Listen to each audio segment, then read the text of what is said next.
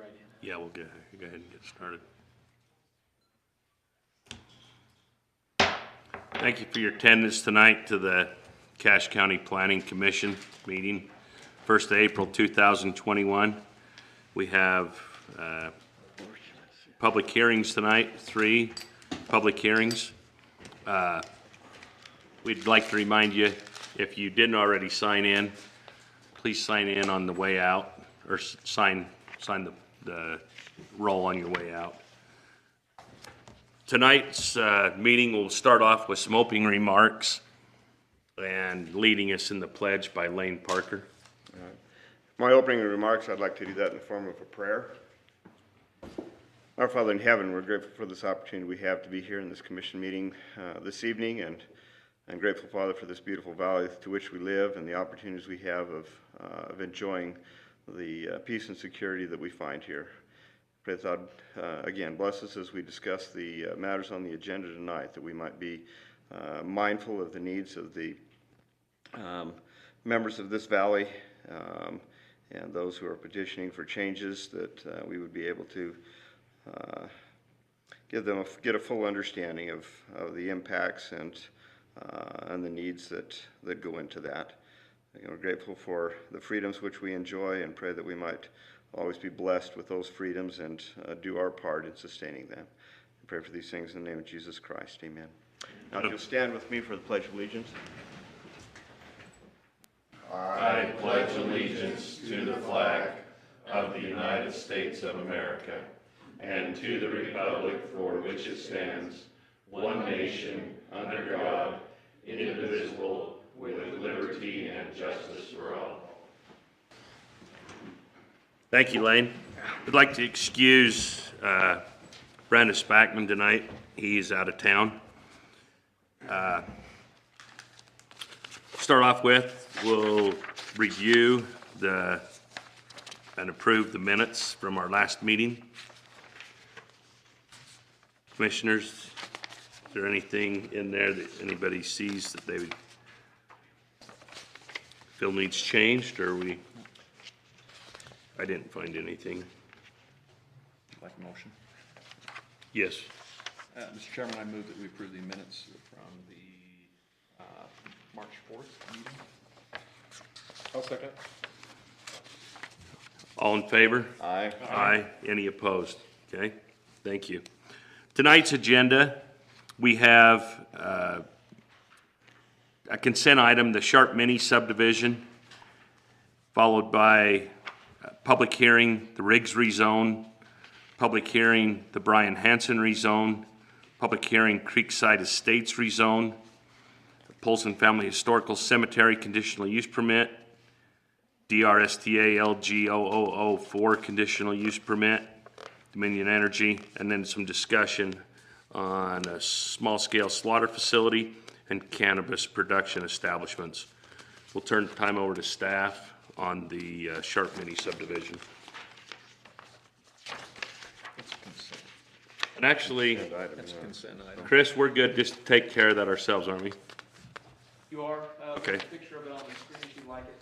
Do we have anybody here tonight, either the applicant or anybody that's came specifically for this item? Besides, are you both the applicant? Okay. Commissioners, do we have any questions? We are okay, just go ahead and approve this if we don't see any concerns or questions. I'd make a motion, we recommend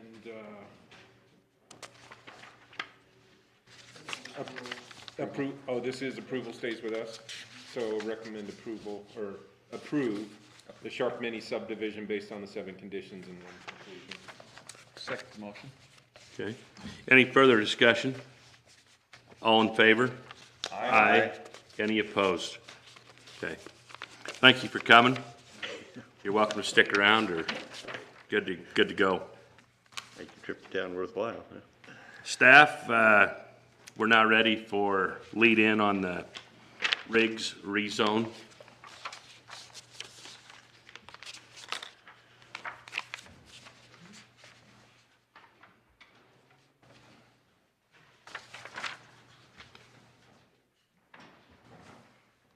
Just as a heads up too, I'd like to excuse Angie. She was going to be here, but just before the meeting, she wasn't feeling so well. So I'll also make an excuse for myself. I'm not as prepared as I'd like to be. Now, I reviewed all Angie's these, supposed to but be here. I haven't prepared myself to present them. So I'm going to go through the staff report with you. We'll address some of the key points there. But if there are questions, please feel free to let me know if I've missed anything. I'll go ahead and give that staff report then, and the plan is then to have the public hearing, is that correct? Yes.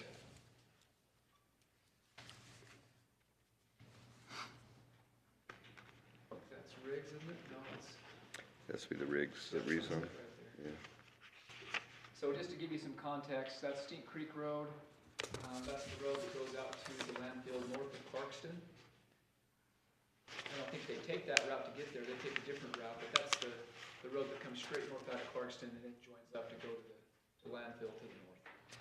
The landfill road is east of that, correct? Correct, It's I that think one. they take this route. You can see the mouse on here is pretty tiny, so I apologize. Hard to see. This is the road that, to get to the cemetery, you're driving from Clarkson city limits to the north and then. Yeah. Back to cemetery. Skip it, it's right here. It's just after the cemetery. So there's the cemetery.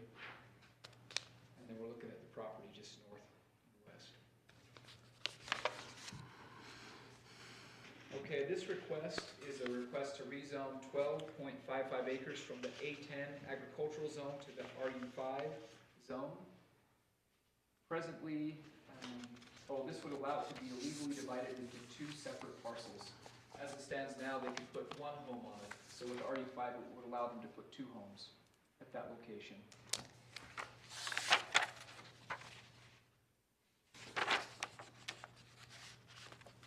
As you look at the area itself, as you look around the property, there are 13 parcels immediately adjacent to this property. 11 of them are vacant, and they have an average lot size of about 14 and a half acres.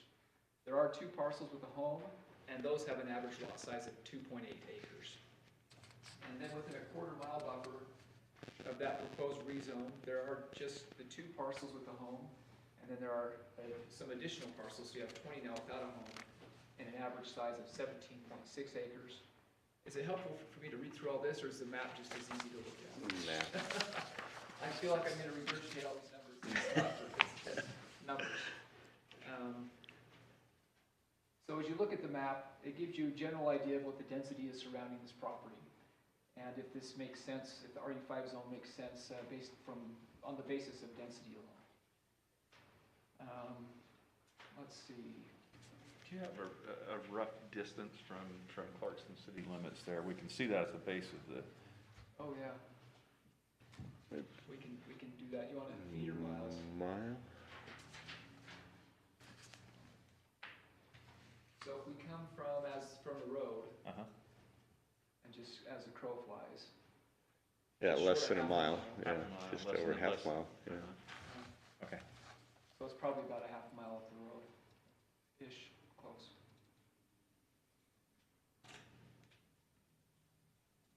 Let's see, what else is gonna be pertinent here? The main thing you'll see when you add the RU5 zone is beyond the increase in density that's allowed, you do start to restrict the number of uses that can occur on the property. It emphasizes a residential use over an agricultural use or a manufacturing or similar type use. We've also identified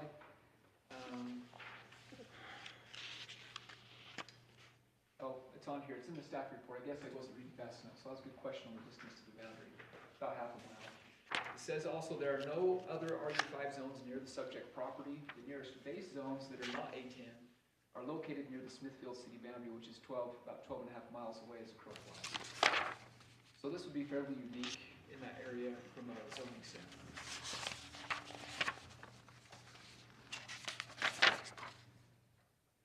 Touching on the ordinance piece, as you're well aware, the county land use code does not specify where these zones should occur. We don't have a future land use map that points out where a good place is for RU2, RU5 zones.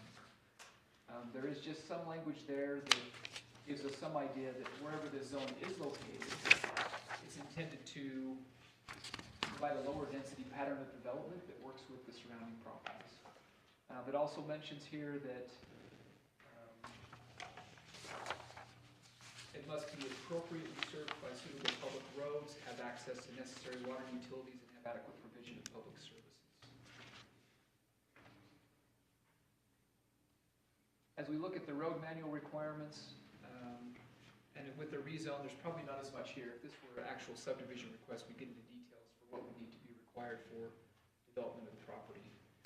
When we look at 8600 West, which is Steam Creek Road, it's an existing county facility. It's classified as an unimproved road.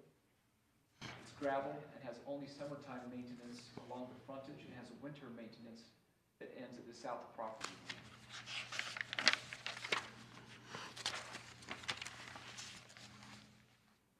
It also identifies that along the frontage there are steep drop-offs, limited sight distance due to grade and geometrics, and poor drainage. It is an unapproved gravel road that does not provide an adequate level of service for development.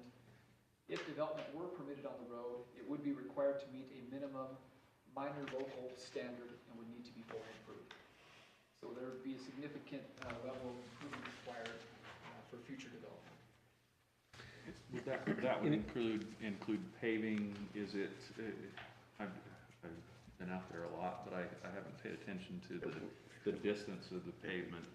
Would it be that full half mile that the applicant would be required to improve? That road to the cemetery at least, and even, I haven't been on it within the So we've looked at this for a different application. width, I think, is fairly See, close. It looks like pavement. Pavement goes to in front of that house that you're I at. think they use this house as a turnaround presently. John's familiar with this too. We've looked at this property before. And then they would have to come out here with a grader to continue, or they have to come out here for a grader if there was additional homes to make that happen. Under So- the new road standards Improvement would require improvement of the frontage with asphalt. with So asphalt. that is the parcel right there, okay, so it would be that entire distance on the frontage. And again, none of Or this an is, in lieu fee, right? excuse me? An in lieu fee would be the other, Yes. if they're not, Not. Oh, they couldn't, not in here, this because case. they're the first Is one. it They're the the first There's one? no reason for. There's no, okay, thanks for that. we're not hopping. But a lot of this hasn't been reviewed for this specific detail. Sure, We've talked sure. about it for other things, but in this instance, it's just the rezone.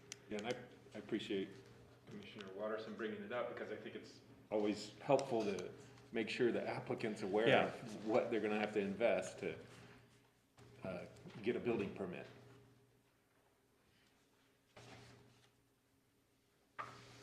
Outside of that, they'll have some specific requirements later for fire district, for waste pickup, anything along those lines.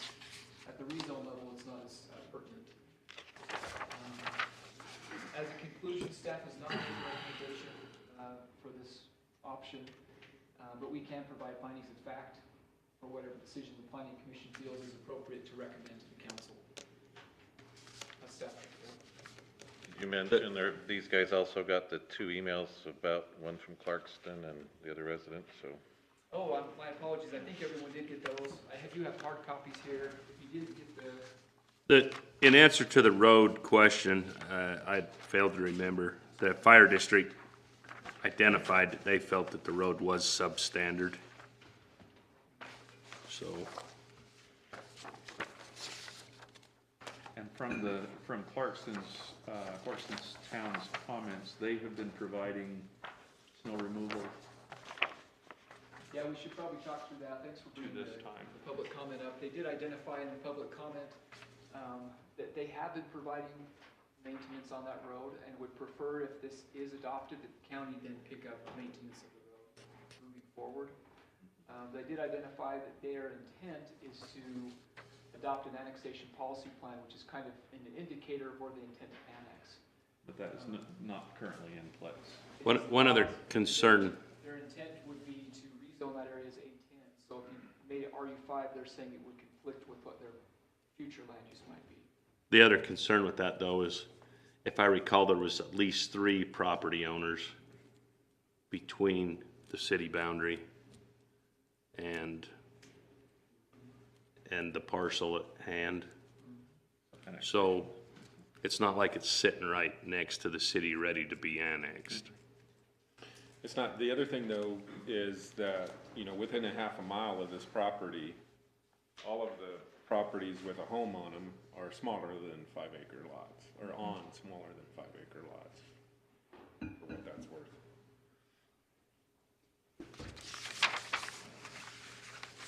Any other details, or, did you say, Nolan, I didn't remember getting an email. Did we have an email? 2 of them.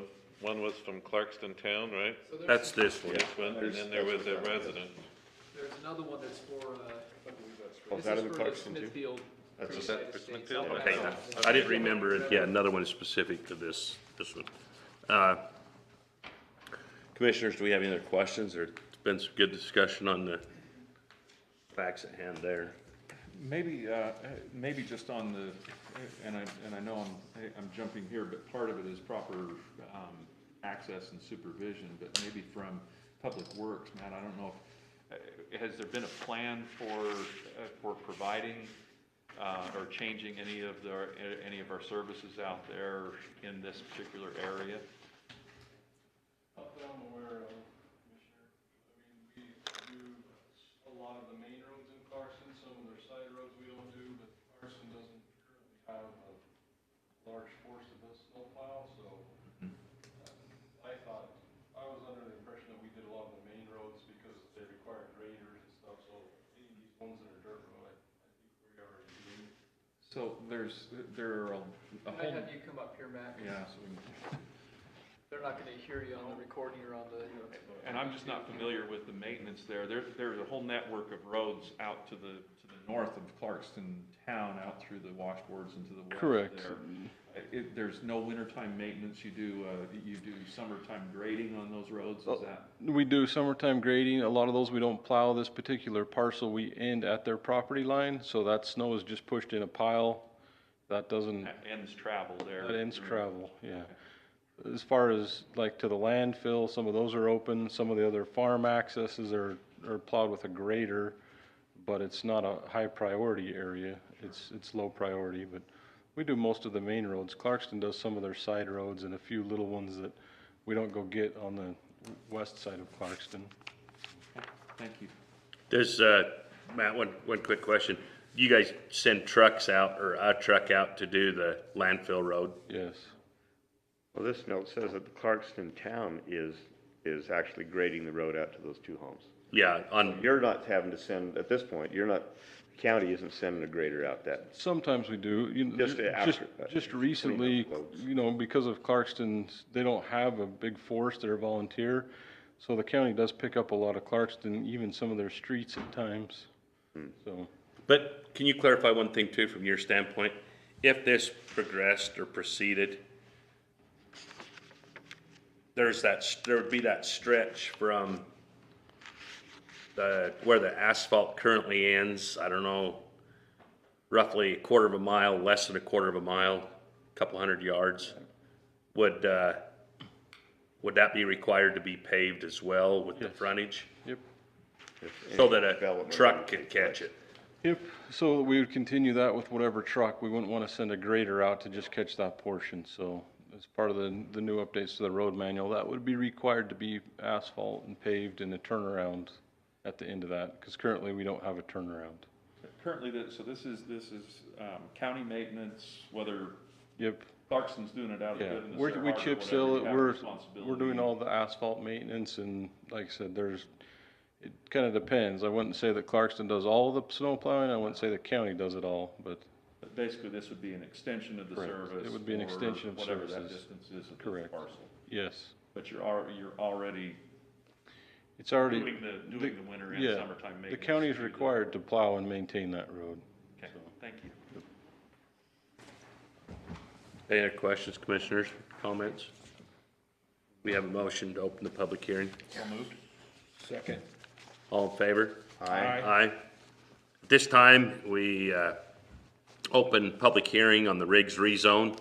If the applicant's here and wants to add anything, or anybody else that wants to speak on it, we'd invite you to come up to the mic, keep your comments to 3 minutes or less, talk about the facts that haven't already been discussed, and address the commissioners up here as you're speaking.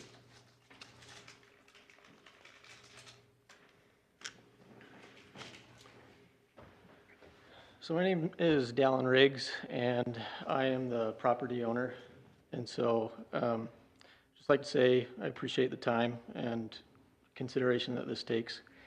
But I kind of wanted to go over some points in the staff report, and the points that I want to go over relate to, recommendation for denial. And I think it might be prudent to bring up some more information beyond kind of what has already been discussed. But one of If you're comfortable taking your mask off, you're welcome to, so we can understand you a little better. yeah, that would help me. So one of the reasons for, or potential reasons for denial, is that the location is not near any high-density developments. And as mentioned, it's only 0.5 miles away from Clarkston. Across the street, you do have the two houses, which are on the 0.89 acres, and then one adjacent to it, which I think is 4.53 acres. And so, and then you get close to Clarkston, and obviously your density goes up there. And so, I'd just like to point out that, we're not out in the middle of the county. We are trying to develop something that's close to Clarkston City and adjacent to other developments. And then another reason for a potential denial is that the property is not appropriately served by an adequate provision of public services. My wife and I, we've always dreamed of building our house with, a well, a septic system, and a propane tank. Now, as of September 2019, we have been working with the Bear River Health Department and have received a permit for a septic system. We have the permit for a well, and I have reached out to Rocky Mountain Power to determine how much it would cost us to pull power out to that piece of property. And when I say pull power, I mean, we're talking 100 to 200 feet of pulling power. There's power pulled to the house that's just across the street. And so I think understanding what it's going to cost to develop a house out there, for me, I've done my research. I know how much it's going to cost for, pulling power and developing that road. I've reached out to, different services to ask them how much that's going to cost me. Have you, if you don't mind me interrupting? Yeah. Have you got an estimate or got a bid from anybody? Do you know what it would cost? You don't have to tell us, but are you fully aware that it would cost to meet new road standards with 3 inches of asphalt the entire length of your frontage? Yeah, so I've got estimates to pave the entire frontage of the road, and I've got estimates from Rocky Mountain Power to determine how much it would cost me to pull power out there. So I think, having me understand that, and I know maybe that's not relevant to the discussion tonight, but, I thought I'd bring that up just to show, I am aware that it will cost a certain amount to develop a property out there. Let's see, there were more items on the staff report, and you said 3 minutes. Maybe I can go over one more here.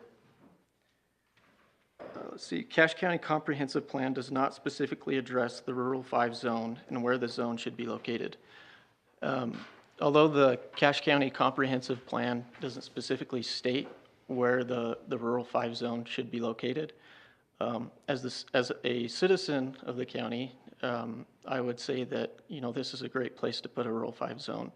Across the street, you have 2 houses that are on parcels smaller than 5 acres. And then you're only 0.5 acres away from Clarkston City. Whereas, if you were developing out in the middle of the county, that would be a different story. And so, that's all I have, so. Mr. Riggs, why do you want to rezone it? If you just, for you and your wife, if you want to build a house, you can go do that now. Right, so, it's a good question. Basically, for us, we are more interested in building our house out there, but there may come a time when we may want to, have our children build out there, or even sell it to, a family member so that they could build next to us and have family members close. And so primarily, that's why we want to rezone, is so that we can have someone close, whether that's children or a family member. And that might not happen for quite some time, but, and if it ends up being a denial, we still plan on building our house out there anyway. Any other questions, comments? Thank you. Is there anybody else here tonight that came that would like to address this topic? Make a Seeing- motion, we close the public hearing. All in favor? Aye. Aye. Thank you. What do we think, commissioners?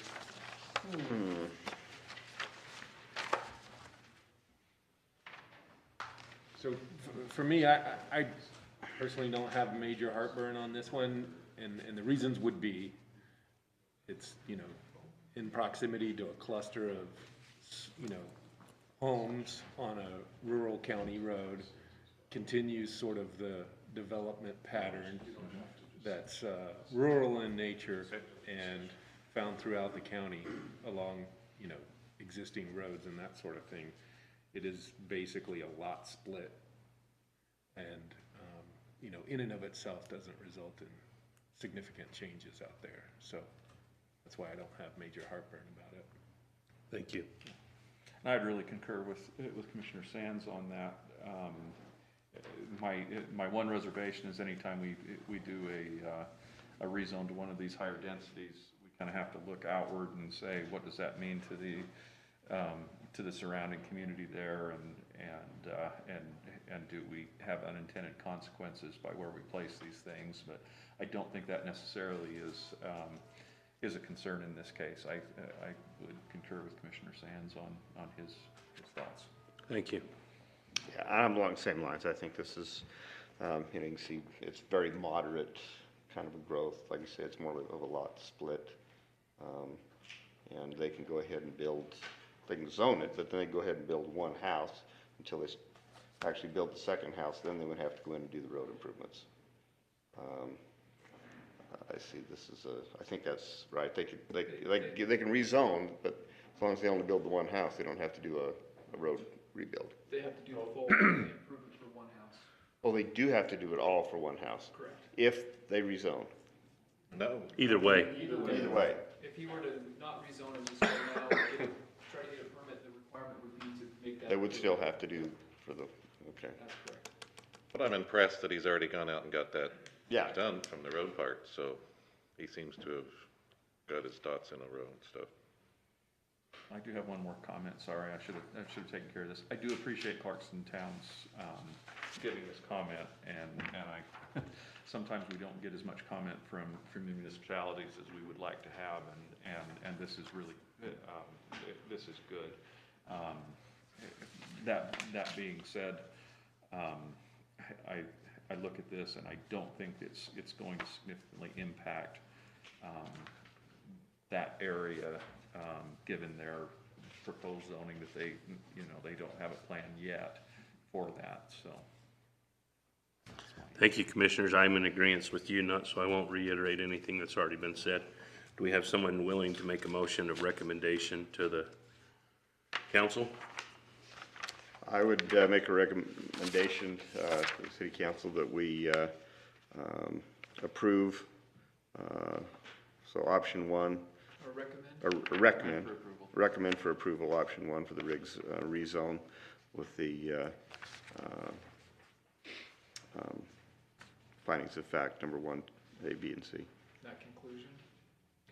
Yes, oh, excuse me, conclusion, yeah. Conclusion. Thank you, Lane. Second. I will second the motion. Any further discussion? All in favor? Aye. Any opposed? Okay, thank you. Thanks again to those who attended for the Riggs rezone. You're welcome to stay or stick around, or leave. I'll turn the time back to staff to introduce the Brian Hansen rezone, and then following the introduction and any questions, we will then move to a public hearing on the Brian Hanson rezone. And I just want to make a point of follow-up for those who are new to our process.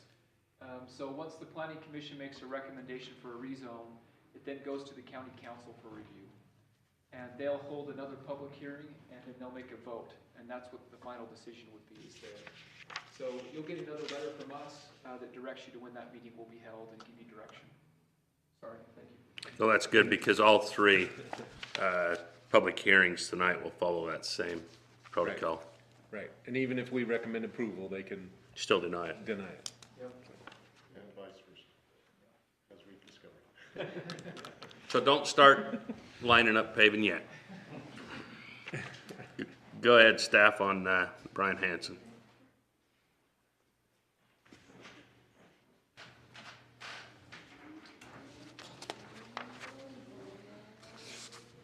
All right, the Brian Hanson rezone I've got up on the screen for you. I know I've driven past this a few times, so you might recognize it.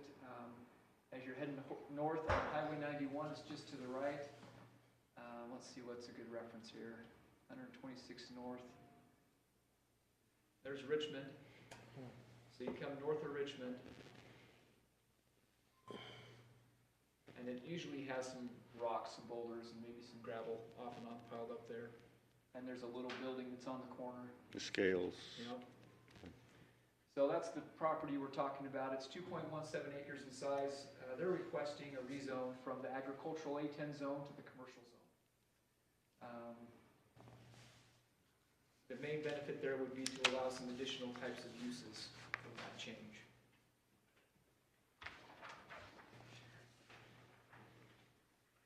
So the site, or the business that's currently there, you can tell there's a business there, is Cove Sand and Gravel.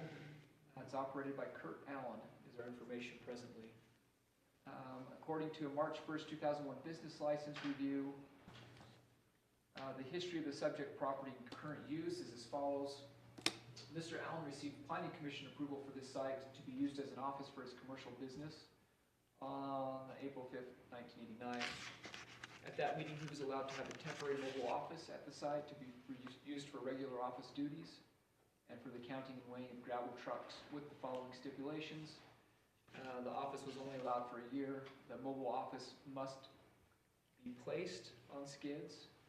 And then in 1990, he received a conditional use permit from the planning commission that allowed a temporary office structure to be considered permanent.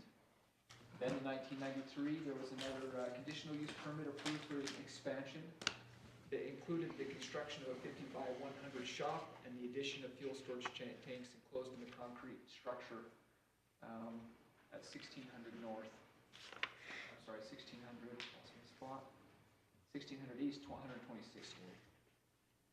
1994, the previous permit was revised to expand the business to include to allow the 80 by 100 shop to include a parts outlet in conjunction with EA Miller. And a requirement related to EPA regulations for the concrete location for the fuel storage tanks. It identified that any further expansion would require planning commission review and approval prior to that expansion. Overall, the CUP approvals were originally issued for parcel 92635, which is back here to the east. The subject parcel was divided from that parcel in August of 2002. The only other document is a violation file from June 2009. It didn't really give us any good direction, so there's not much information there. The previously approved use, which is currently operational but is likely out of compliance, was given given the approval was for a different parcel. So we probably need to make some adjustments or consider what's going on the parcel since they've done a division of property since then.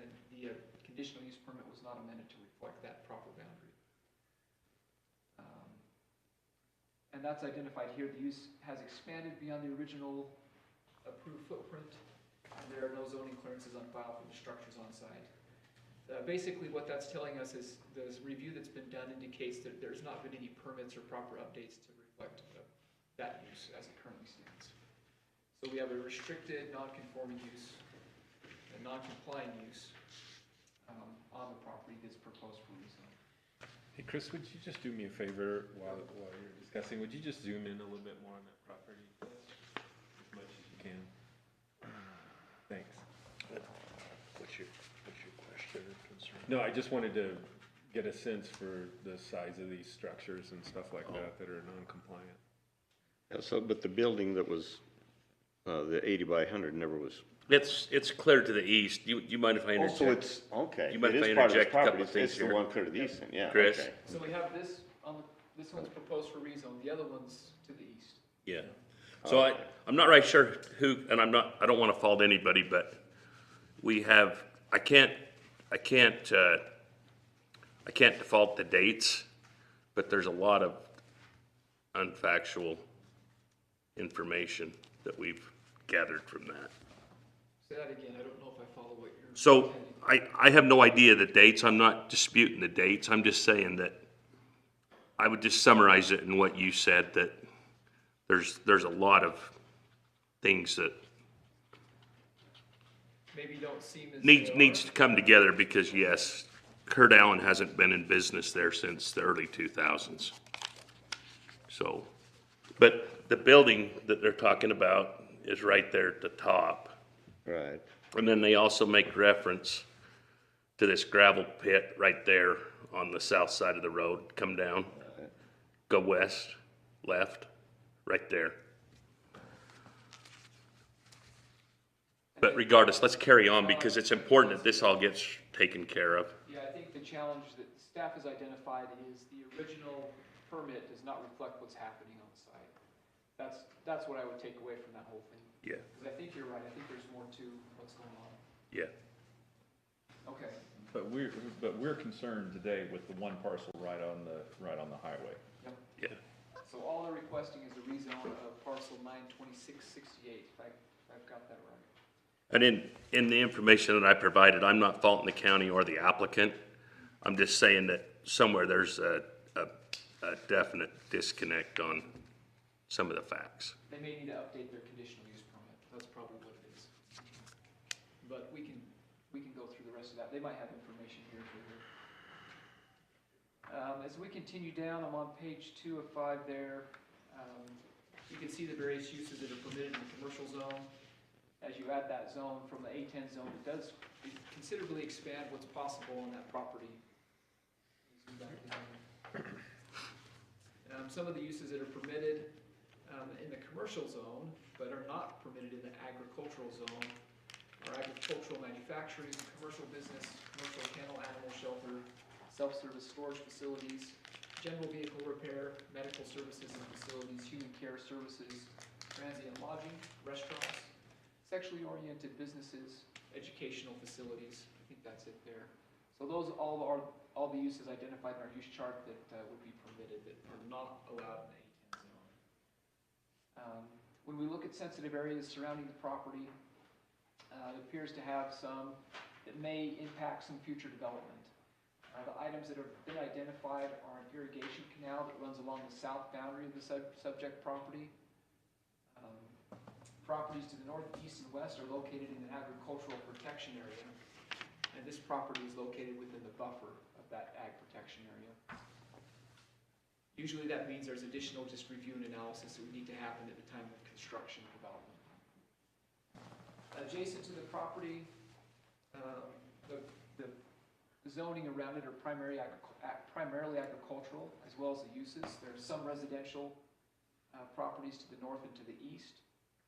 There are 9 parcels immediately adjacent to the subject property. 2 have homes and have an average lot size of 2.5 acres.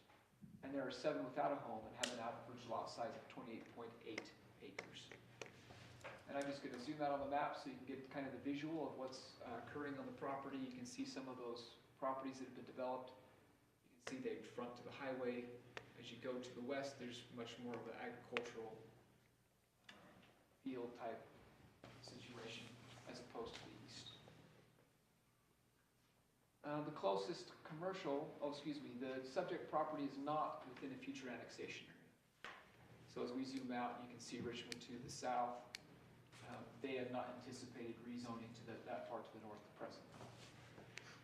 The closest commercially zoned property is approximately half a mile south along US Highway 91. I'm gonna guess that's gonna Right. be related Go, to, go up a little bit, go up. Pepperidge Farm. No, go up. Oh, there's some, Right by 91, right there. Both them parcels on the east side of the road are oh, you're talking right here? above it. Keep going east or north, right there on your left, both of them. That one. No. Come back down. Yeah, 33 and 30, or 08, Oh, right there's there. two here. Yep, both of those. Gotcha.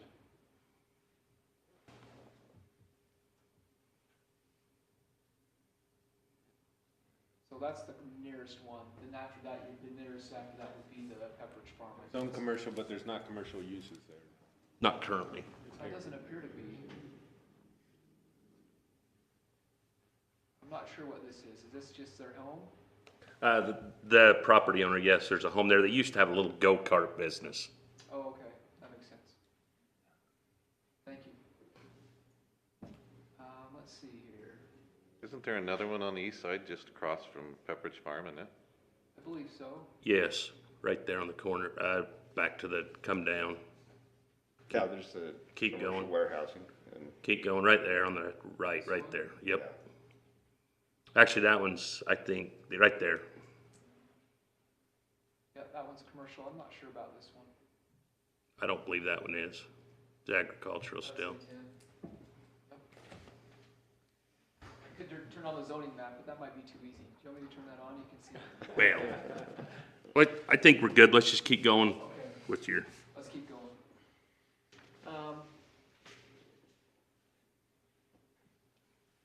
We've already talked through a portion of this. that, there is one other thing though we need to change in there. Yeah. The parcel 92909, I didn't verify if that's the correct parcel number, Oh, has that? This is- but it is not west of the subject property. It would be east. It's actually that gravel pit that I referenced on the south side of the road. And that was before us within the last 2 years, Randy Larson. Yeah, that was, Troy, was working on that. Troy Allen. Thank you. All right, that's one specifically, that's another zone that's, close to this. It's not A10, that's the mineral extraction overlay. The base zone is still, basic zone is still A10. Well, I think you already identified it, but while we were just talking commercial, I think that property to the east, that warehouse, or that, it's a metal fab at the top of 12600 north. Go right. Keep going. How far? Right, that parcel right to the, keep going right. Right there, check that one. That one most likely is gonna be commercial also, Industrial. or industrial, okay. I think that's the one it's referring to. It's about 3/4 of a mile east. But that's part of the parcel problem. That's also, it's not now in any way connected, but originally in your history, that was one of the parcels that was referenced with the history. Okay, I follow. Thank you. From an ordinance standpoint, again, we don't have a future land use map for the county. So we are basing this a lot subjectively on what's around it, what makes sense around it. And then we're also looking at, are there suitable public roads? Does it make sense in this location to have this type of a zone? The other note that we identify typically is, we've already discussed this with the previous also, is this is for the rezone. Any future development would have to be approved as part of a conditional use permit process. Then when we talk about access to the property, you can see that it's fronted directly by the highway. So anything that's gonna front that's gonna require the approval of UDOT, not the county. But the county will require that they go through that process to meet with the CMPO, or they have this meeting called the camp meeting where they meet twice a month and talk about those access points so they can get approval from UDOT to make those, any necessary changes. They already have an existing access. One, yeah. Yep, you can see there. So they would likely meet, I'm gonna look here, I'm unaware that they've already met with UDOT to discuss this. Just scan really quick to see if we have no requirement. Isn't it possible too that one of the conditions UDOT would require is a decel lane in a turn? They could require a turn lane depending on the nature of the use. And they may require traffic impact study. Sometimes if there's multiple access points, they might want them to say, for example, close this access because it's right adjacent to an Too close. existing county road. Right. And they already have another county road on the north end also, so I could foresee that being a possibility. Yeah. But they have access with the two county roads on the north and the south as well. Yes. But that's up to UDOT, they'll look at that, but we have seen some of those come up before, and those, it's not uncommon that they might need to give up an access given the conflict that might be there.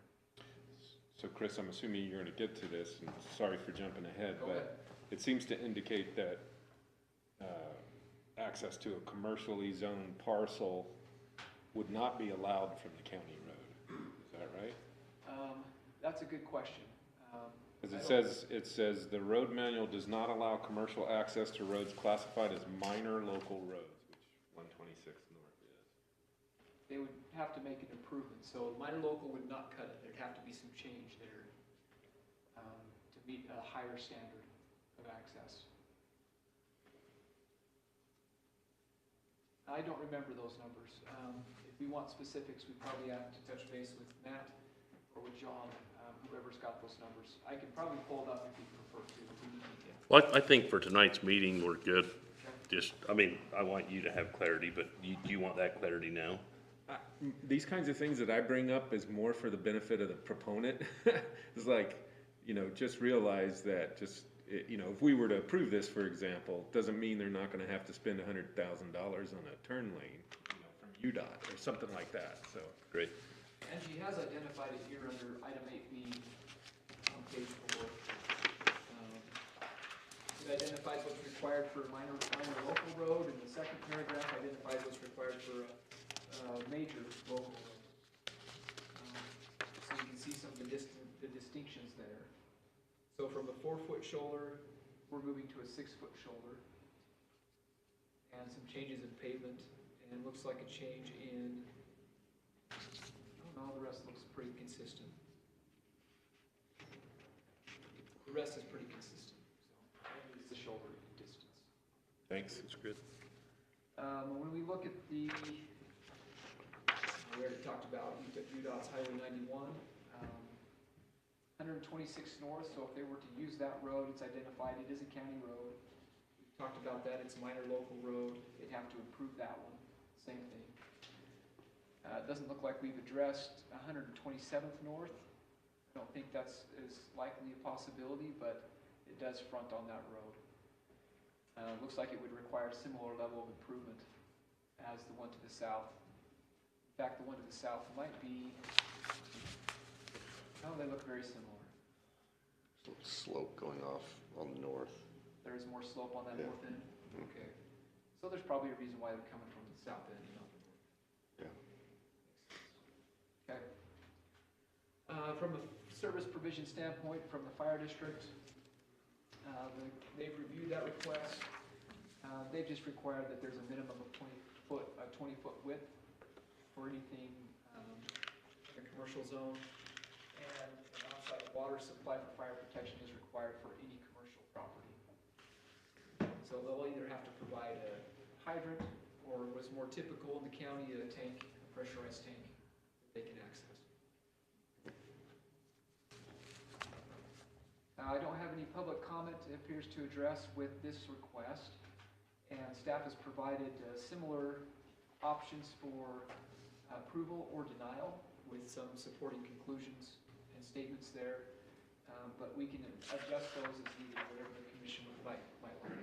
That's staff's report. Thank you. Thank you. Commissioners, any other questions, comments before we propose to open the public meeting or public hearing? Maybe Matt could just clarify,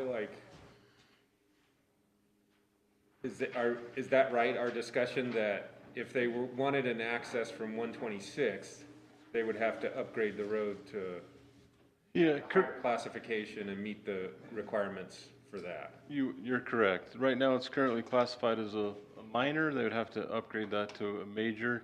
This particular road is very close in width. It's like 20-ish feet. That the requirements would be 22 feet, and then as Chris mentioned, extra shoulder.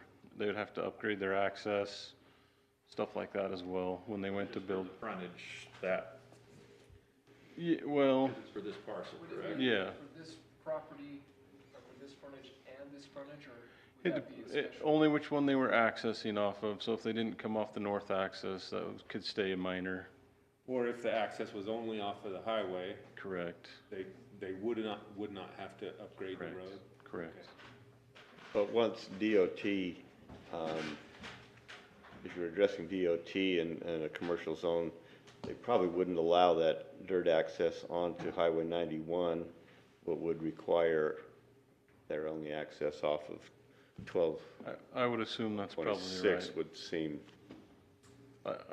I would assume, I can't make a comment for UDOT, but I would assume that they would probably want to negotiate something with their current access. The county would too. Currently, it's very wide. It doesn't come in at a good angle. It would need to be paved, certain things like that with the access as well. You think, and again, I know you're not UDOT or whatever, but is it likely that UDOT would look at this and say, no, your access has to come off of 126? Like, we're not gonna give you an access on. I mean, they have one, so it's hard for UDOT to take your access away from all of my camp meetings where you already have one, but where, given the situation that it's so easily to access to the county roads, I'm sure that they would throw as much weight as possible into that, so. Especially on this, being an arterial road, they're gonna wanna limit all those accesses and to the county roads and not have private driveways coming off onto the county road, so. Thank you. Any other questions? Commissioners? Any other questions? no question. I'd recommend we open it up to public comment. Second motion? All in favor? Aye. Any opposed? This time we open a public hearing for the Brian Hanson rezone. If the applicant's here or a representative of the applicant is here that would like to speak, please come on up. Or if there's anybody else here tonight that would like to speak, we invite you to come up as well.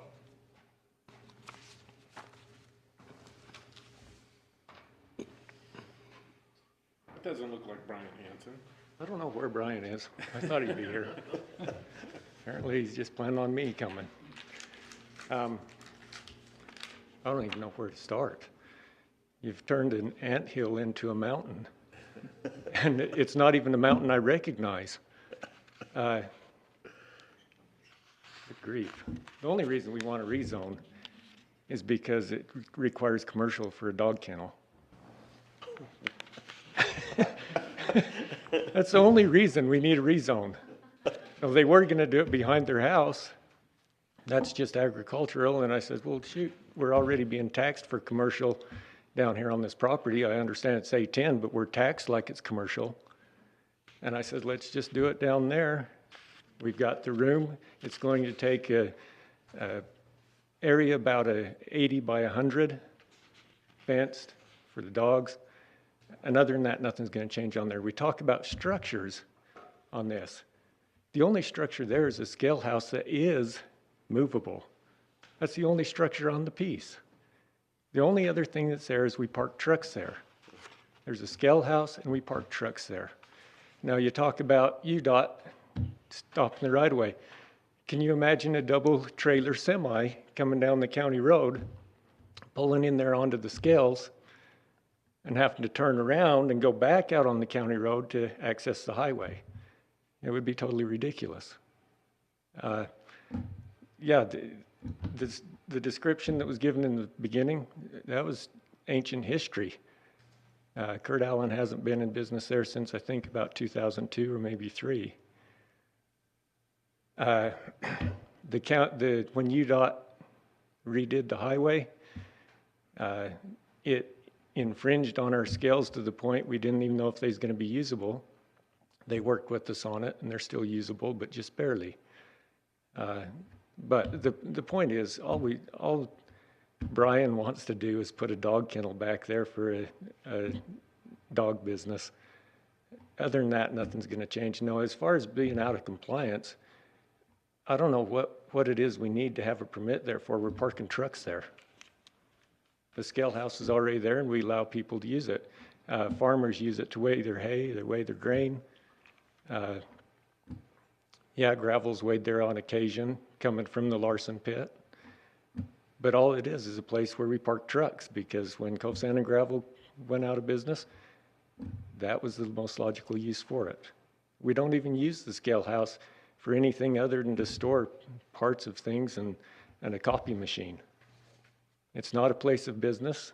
Nobody runs a business out of it. Now, if the dog kennel goes in, then it would become a place of business, that scale house. As it is now, it's not even a place of business. I don't know, are there any questions? I mean, I sat back there and was just wondered whose land this was that we were talking about. Well, it's what, I gotta say, the reason when all these other appropriate, businesses that could be in that commercial zone, so we're all thinking that's why you're rezoning, is you're gonna go in with one of these others and kennel didn't come to the surface I as would be thrilled if Brian and Michaela only had to pay one $600 fee to start a dog kennel instead of having to rezone in order to do it. But I didn't make the rules. They're trying to follow them. And I think it's a sad case that a young couple trying to start a small business has a $1,200 fee just to ask if they can. But that's the way it is. And they're pressing ahead with it. Any questions that I could go on for an hour, but you don't want to hear that. So any questions that I can answer to get the facts straight. You could use your name on the record. Troy Allen, I'm sorry. Okay, Thank you. At least we'll get history corrected. Is there anybody else here tonight that came to speak on the Brian Hanson rezone? Seeing none, commissioners? I move that we close the public hearing.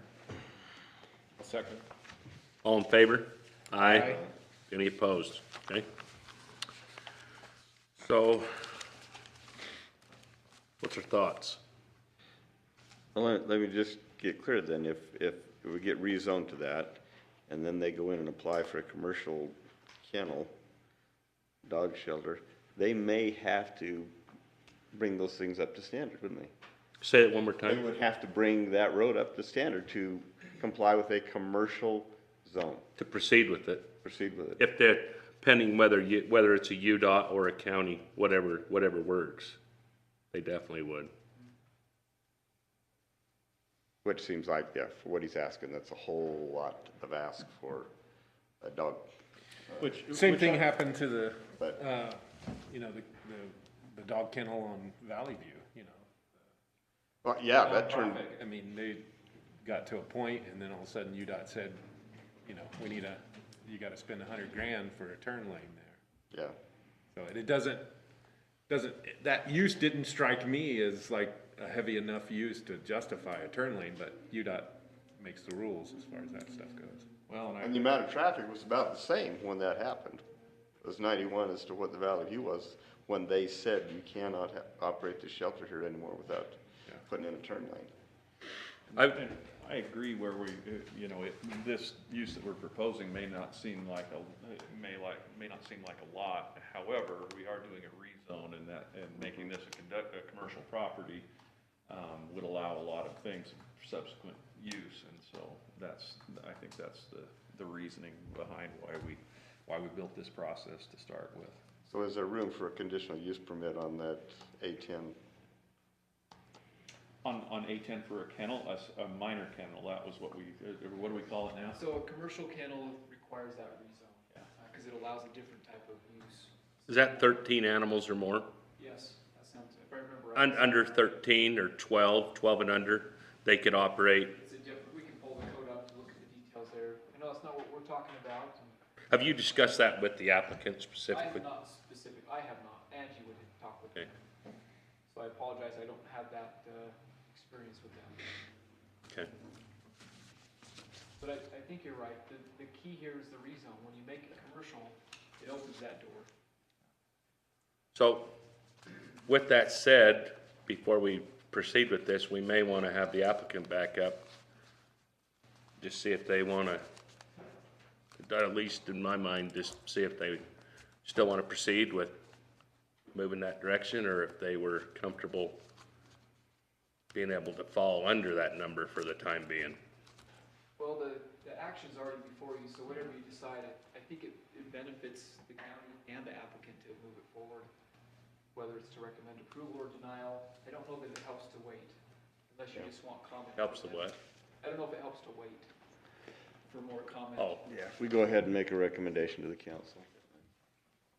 the only suggestion I had in that was like Lane was alluding to, if the applicant was able to, if they were satisfied with 8 dogs, if we go ahead, Through the process. go ahead. Yeah, wouldn't have to go through this process. Well, if they were satisfied with 8 dogs possibly, if we go through this, complete this process tonight, and if we were to lean towards approving it, now we've started the ball rolling in a commercial direction that could possibly make it, you know, if they've got to go through all the hoops of a commercial access. I think that's really critical. I think that's a good point to bring up as to why it's so important not to make a decision based on the use that's proposed, because then we get caught in the weeds of, if they do this, then maybe we could do this, and that's not, they're not asking for that use, they're asking for, right now, right? That's, we know that's where they're headed. They're asking for the rezone to commercial. So it's kind of dangerous. I think it's helpful, but it's a little dangerous to get too far down that path. Just my 2 cents there, it might help to keep the rezone focus. Okay.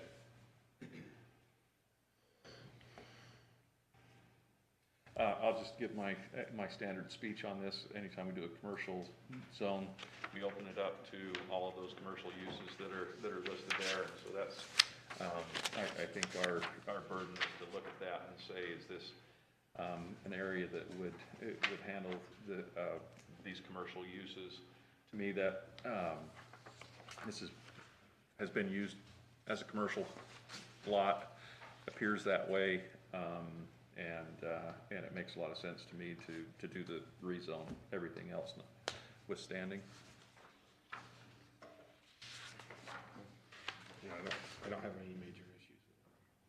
I don't have any major issues with it becoming a commercial zone.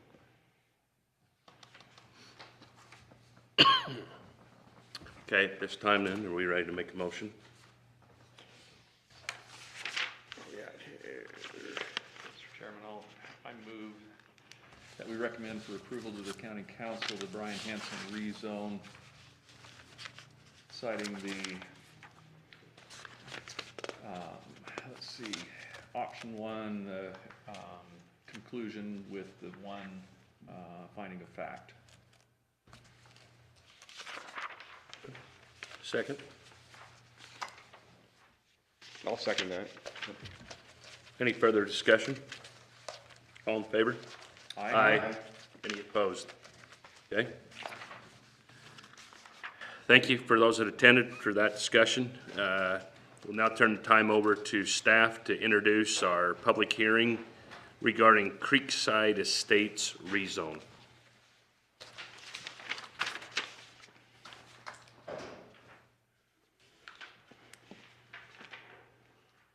All right, I pulled that up on the map.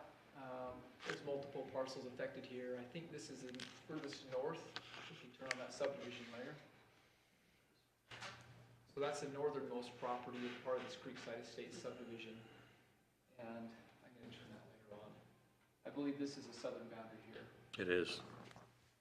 So if you're familiar with that, it's been a little while since you've seen it, but, It was within the last 2 or 3 years, correct? yeah, last year, next couple of years. And it was subdivided as under the old ordinance? It was one of the last, if not the last subdivision that came through under the requirement that if you had a 1970 parcel, you got the first 3 lots at 1 unit per 2 acre density Yep. instead of 1 per 10. Okay, that's what I remembered or recalled that. So yeah, that is right. You can see the boundary for that subdivision there. You can see the subdivision to the north, and there's additional subdivisions as you move to the north. Let's go ahead and turn on. And no homes out there right now? No, I think there are. Sorry, I just turned that on right as you asked me. I'm just gonna show you for everybody here that there's RU2 zone to the north, city to the east, and then you've got A10 for a good stretch there. Another RU2 up there. How big is that RU2 right there where your pointer's at? This one, No, down, the other one, that. there's multiple. The corner's got Two 10-acre parcels? two I wanna lots. say? So let's turn this off. All of this is RU2. So that's a separate subdivision here. That's the. Schuman. What was it? Schumann's, yep. Tom Pitcher lot split is what it was when it went through. And then the one east is a different one. The That was West 2 lot. Yep. And Then you've that got was Williams with 4 lot. the Birch Hollow, yep. So there's some proximity. And this one combining the Schuman, it was a 7 lot. Based off of the prior ordinance. I think that's right. This, yeah, Creekside, yes. All right. So again, this request is a request to rezone the property from A10 to the RU2 zone. Presently, they're maxed out on the lots they can have. In the RU2 zone, they could have a potential of 15 total lots instead of the 7. So it would potentially double what they could do with the property. I don't know if that's their intent. I'm not saying that's their intent, but that's the possibility. Let's get down here.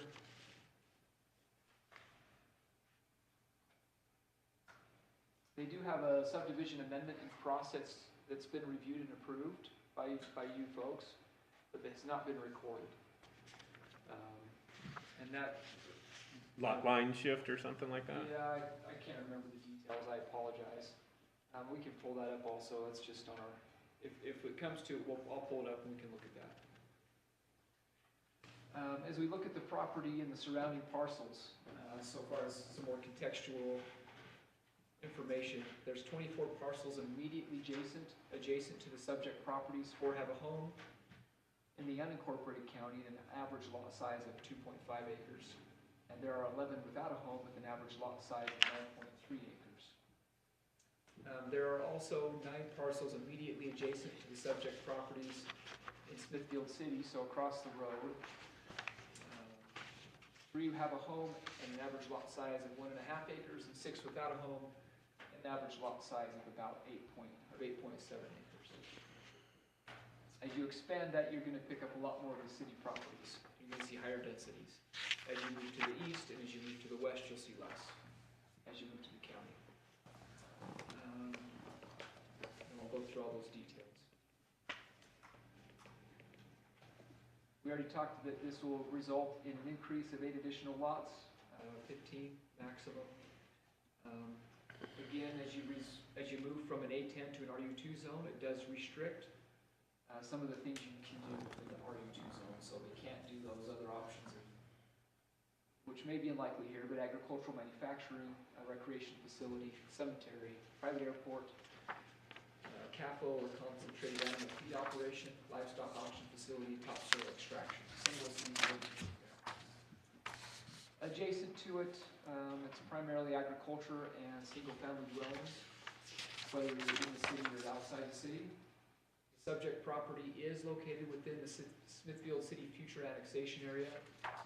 Smithfield City was invited to comment, but was not commented directly on the rezone request. But they did provide a statement that city services would not be provided to any future development at this location. And it's not currently considered for annexation into the city. So they, in a sense, said we're not interested in what's going on there, from my perspective. Which means they don't intend to provide water or sewer or those kinds of things, right? Correct.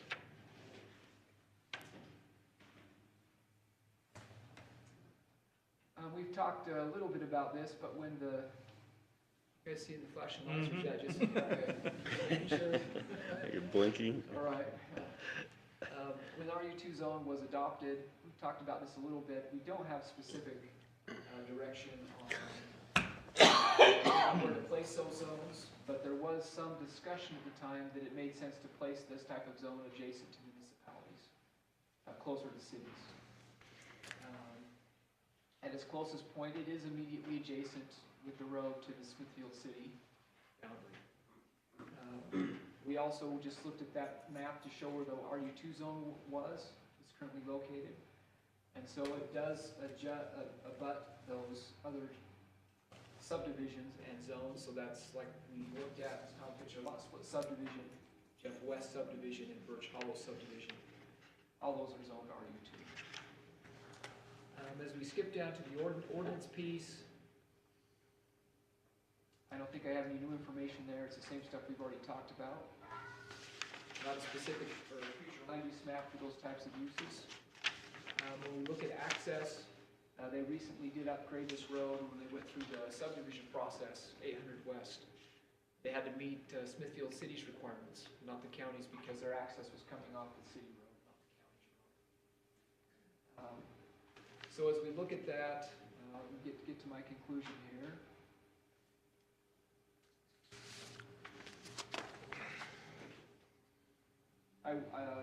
There's not additional requirements that we would put on the road. I would anticipate future requirements because we rely on, unless Smithfield City changes their mind and says something different. But they've kind of said that they don't have comment there. Okay, let's see, service provision, fire district had no comments on the rezone. They will look at that when new homes come in. Each home they look at those and make sure there's adequate access. And maybe you're not aware, but maybe you are.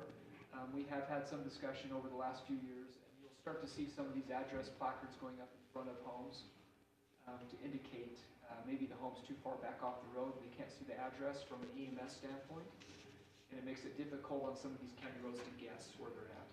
So that's another thing the fire district's been making sure we're having is some of those sign placards assist with emergency response. Logan City has identified that they refuse to collect directly from 800 West for the existing subdivision as a private, oh sorry, I read refuse. It's refuse. My apologies. They Is that discrimination? Refuse collection, but only on 800 West, not on the private road. Because they've identified those private driveways don't meet the same standards as a public road, and it makes it difficult for them to access those roads, and perhaps their trucks are too heavy and will damage the roads. Probably both. Public notice has been provided. We've already talked about Smithfield City's comment. Staff has not identified a specific recommendation, but we've provided conclusions for approval and for denial as the commission sees appropriate for that recommendation. That's staff's report. Commissioners, any questions? I have one if you're while you're thinking. Chris, will you refresh our memories? My memory serves me correctly, and we dealt with this on the 4-lot subdivision to the north. The Tom picture, No, or the Birch one that Dwayne did, the Birch Hollow. Hollow, yeah. When they were trying to combine with the Schuman lot split, they were discussing coming off of First North there.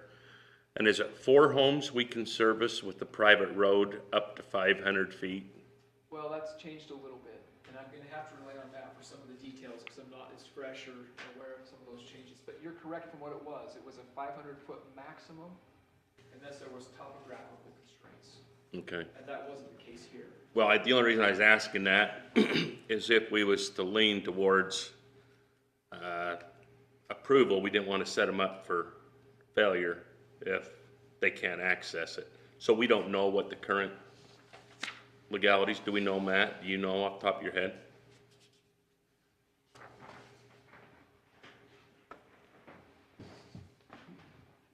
The recent update to the road manual allows 5 homes on a dirt road, up to 20 homes on a private road.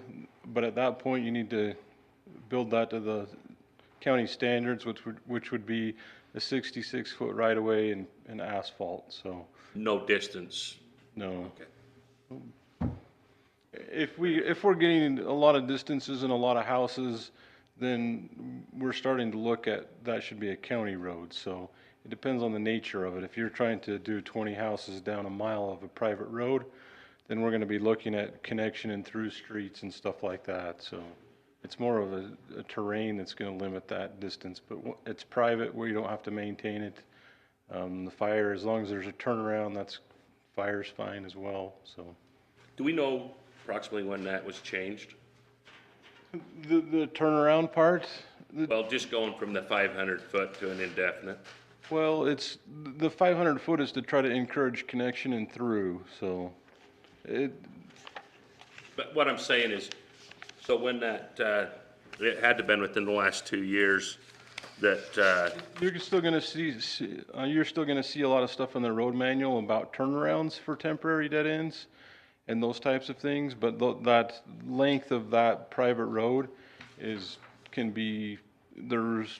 not a hard and fast rule for that. okay. Because we have a lot of private roads that are way longer than 500 feet. So it's more of, if they're getting to that length during the review process, we would probably lean towards making that a county road or connecting that so that we don't have, very long ones. But in a situation like this where you're next to the river and some of the other situations, we're not really concerned about the length.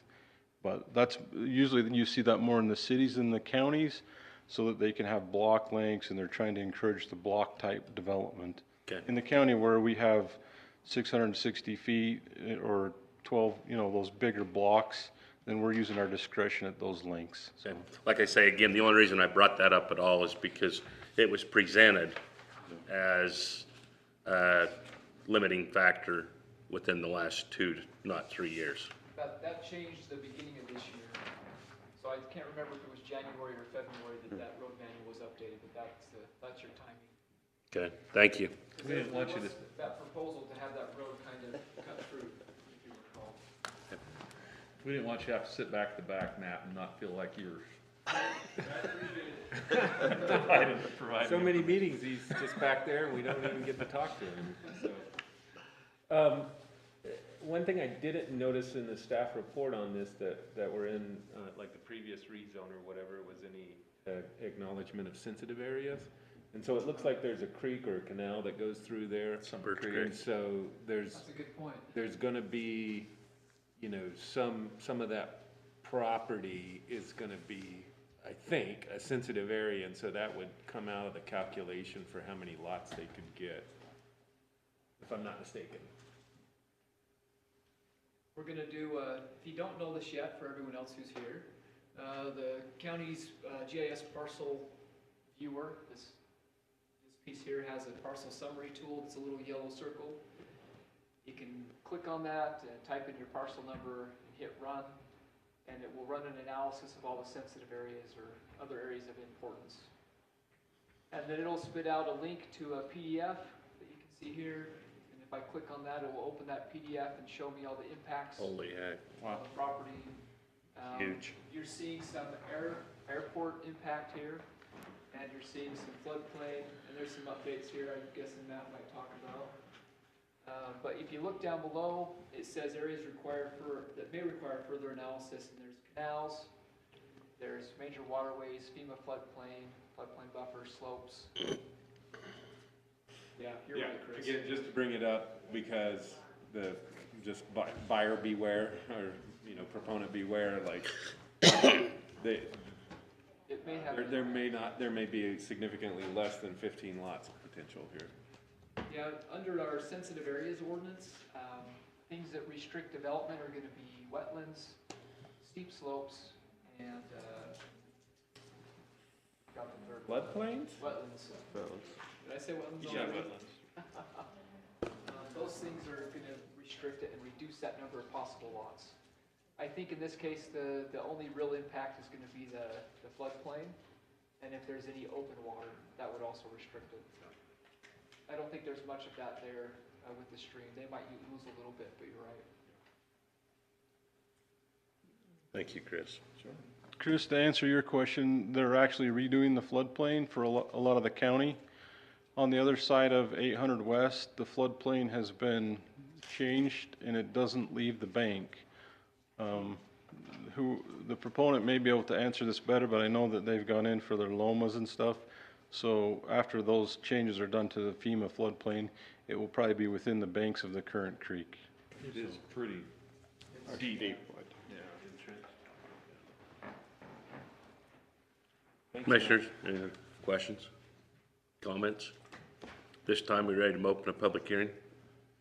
So moved. Second. Any further discussion? All in favor? Aye. This time, we'd ask anybody that's here tonight that would like to comment for or against, just ask you to keep your comments under 3 minutes, address the commissioners up here, and just try and provide additional facts that we haven't already heard.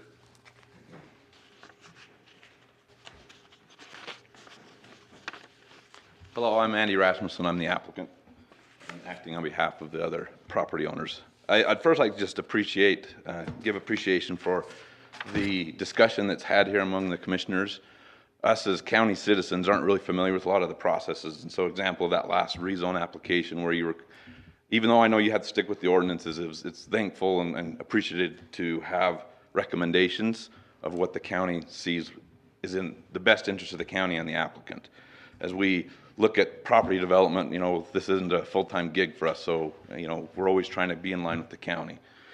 I really just wanted to address a couple of, as I looked through the option for denial, I just wanted to address the fact that this RU2 rezone, as it's happened over the past couple of years, 11 parcels to the north were rezoned to RU2, and it's all in line with this area. Being on the border of Smithfield City, feels like it's really in line with what the city is expecting and what this area is.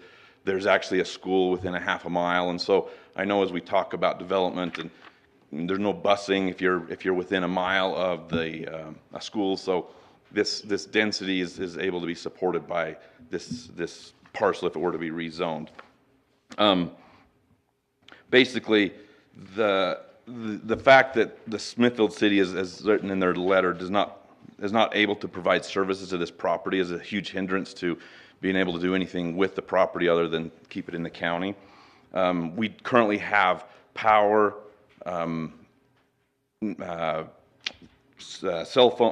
internet and phone are already to the property itself, so that's already been ran and is available and can handle it. Natural gas is also on the east side, so all of the services that are needed for the development of this property can support 15 lot capacity.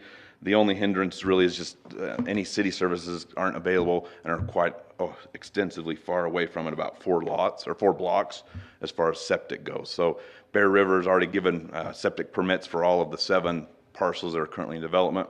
And to address back to the floodplain, as Matt said, there is some remapping of the floodplain that wouldn't impact this property. And in fact, the parcel up there to the far left has already gone through and petitioned for a floodplain remapping, and so they're not within the floodplain. And obviously, you can't build with basements there, but you can get out of there's no floodplain restrictions whatsoever on this property. So that's really just the only comments I had. Is just I would hope that the commission would recommend approval for the county commission to allow this rezone, as it is in line with what's in this area, still maintaining the rural larger lot sizes, but still being next to the city and all of the services as far as like the parks and the school fits very well with that. Is there any questions for me at this time? Yeah, no houses out there now? So currently there's 3 homes being built on the south side of the river. So Dwayne Williams has a house, and then the small ones to the lower right corner, those homes are going up. So how does that work with the rezone? Have you got all of those property owners are part of this petition? Yeah, all 7 of the property owners had to sign the application and are all in favor and on board with it. Okay. Do you know why Smithfield City does not want to provide services? It's too far away and too costly for them at this time. The biggest problem is Smithfield City has in their 20 or 30 year plan to have a main sewer line clear out on about 12th West, but as it is now, it's, I think, on 4th West, which is fairly substantial to try to get to it. You'd have to lift station, because there was this property right across the street they tried to develop. If I'm not mistaken, I believe the city made a statement lately that they are not going anywhere outside of their boundaries now with services from Smithfield. Correct. So, no water, no nothing, it's gonna go outside their boundaries. Thanks, Mr. Rasmussen. Any other questions? Thank you. Anyone else like to speak? Seeing that there are none, Mr. Chairman, I move that we close the public hearing. I'll second that. all in favor? Aye. Any opposed? What do we think? When you've got all the property owners all in line on this, it looks like we wish Smithfield City wanted to go that direction, but I can see why. Yeah. But The thing that kind of comes to my memory and thoughts, and I know in the past, when these little developments, I was honestly surprised. I'm anticipating that the representation here tonight is property owners of the development. So previously, when any of these little developments were discussed, we had quite a turnout of opposition. And if we recall, that chain of events, just the number of these little developments kind of led to the county almost shutting down the RU2, RU5 altogether for the time being until the county master plan was redrawn, reevaluated. So I think it's awesome, but at the same time, I have a little stress based upon myself personally. Just, I don't know. What's some of you guys' thoughts?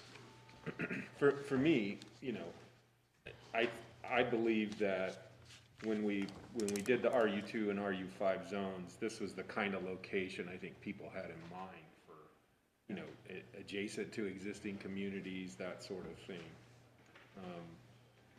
And so, yeah, I'm generally inclined to support this kind of change because of that, because it's right next to the city and it's at a density that's compatible with some of the surrounding developed lots. So that's my thinking on it. Yeah. I concur with that. My additional comment on that is I appreciate Smithfield City at least giving us a direction, even if it's not in writing, that this is, you know, we don't want to touch it. And that makes it much easier than sometimes when we're just trying to guess what the municipalities want. And so yeah, I think this makes sense in what our concept, even if we don't have anything in the code that says this is where these go. Right. This seems to fit in my mind of what the concept of RU2 is. What's the biggest number of RU2s we've done so far? All along, or since we about had the shutdown? Number of lots, you mean? Yeah, the number of lots. 29. That was before. But that was before the shutdown or after? It was before, wasn't it? Yeah, it runs in my mind we haven't approved anything over I think 5. 3 estates over Petersboro. Right, so since we've changed, we've been always cognizant of the number. We have. Hadn't it been around 5 or less? In the last 2 years, the majority of requests have been denied or withdrawn. and most of those have not touched the boundaries of the municipality. Sorry, could you Those state? prior to that were probably 5 or less. The ones we've denied have not touched the boundaries of the municipality, though. And this does. So it's right there. I agree with Chris and Jason that I think it's why we talked about RU5s, RU2s in this case. I think it's appropriate. I almost forgot this public comment from Mr. From Dennis Thornley. Who's an adjacent property owner. I believe this probably was sent out to you, but there's a hard copy if you want to take a quick gander. He also attended one of the prior meetings. I know he's expressed a opposition in the past.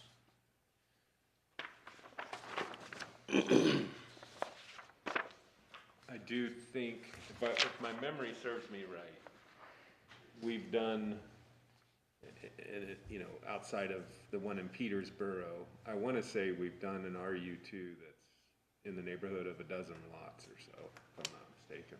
But I think there was one out there on the edge of the Hiram Dam that was approaching that. Another one maybe even in Mount Sterling area. Yeah, the most recent one is Dry Canyon on the other side of Smithfield that was denied, as you go up Dry Canyon. Yeah, that had a lot of access problems. Well, I was just in a similar situation, but adjoining the city, but was denied. But there was So- some other, they're not- there was they're other not issues, exact, yeah, right? They're not yeah, apples. yeah, yeah. Those were different, I thought, in a lot of ways. I really appreciate the comments that you guys have made, and I do in myself see that if we were to allow it, this would be a location to allow it. My only reservation of what I said to start with was kind of from where we were to where we went to today. But do you mind if I just ask either the legal counsel or staff?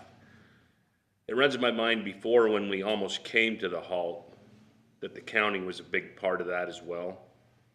The council, yeah, The council or staff. okay. So, one more time?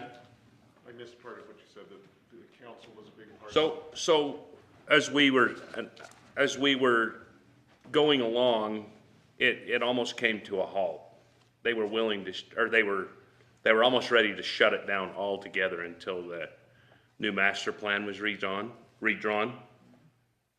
So may I ask if staff or county has an opinion, how do they feel about this today? Having came from that, we're ready to shut it down altogether, to now we're gonna open it up and then, you know, look at smaller clusters? I can tell you a little history on it, kind of where staff has been, and probably where staff still is. So when this was adopted in the beginning, staff recommended denial for each and every application, bar none. It was rare if we saw something that was for approval because there was no support for those zones. From a transportation standpoint, from a planning standpoint, they weren't supported. And so it was creating a problem long-term for the county to propose those types of zones as staff. Now what tended to happen, and the council's different, so maybe I'm safe saying this, but whatever we recommended, the opposite course was pursued. And so there was a pretty consistent pattern. If you go back and look at the record, you'll see if we did make a recommendation for approval, they would deny. If we recommended approval or denial, they'd approve. And we weren't on the same page, that's all I'm saying. We weren't on the same page. And so you'll notice with all the recommendations that come before you now, staff makes no recommendation because of challenges that were there. And so we provide the recommendation for approval and denial, so you can go both ways with it. But nothing's changed in regard to support for those zones. You know, and I think that process, what it allows us to do is to look at each project on its own merits and evaluate those and make a decision accordingly. And I think we've done very good at that, whether or not we have a roadmap that tells us where we should be putting these zones or not. We always seem to have a robust discussion about, is this the right context? Yeah. And we've been pretty good about saying no when it's not and yes when it is, I think. And I've personally been very hesitant on any of these where it was a larger development, but this one, we look at the context.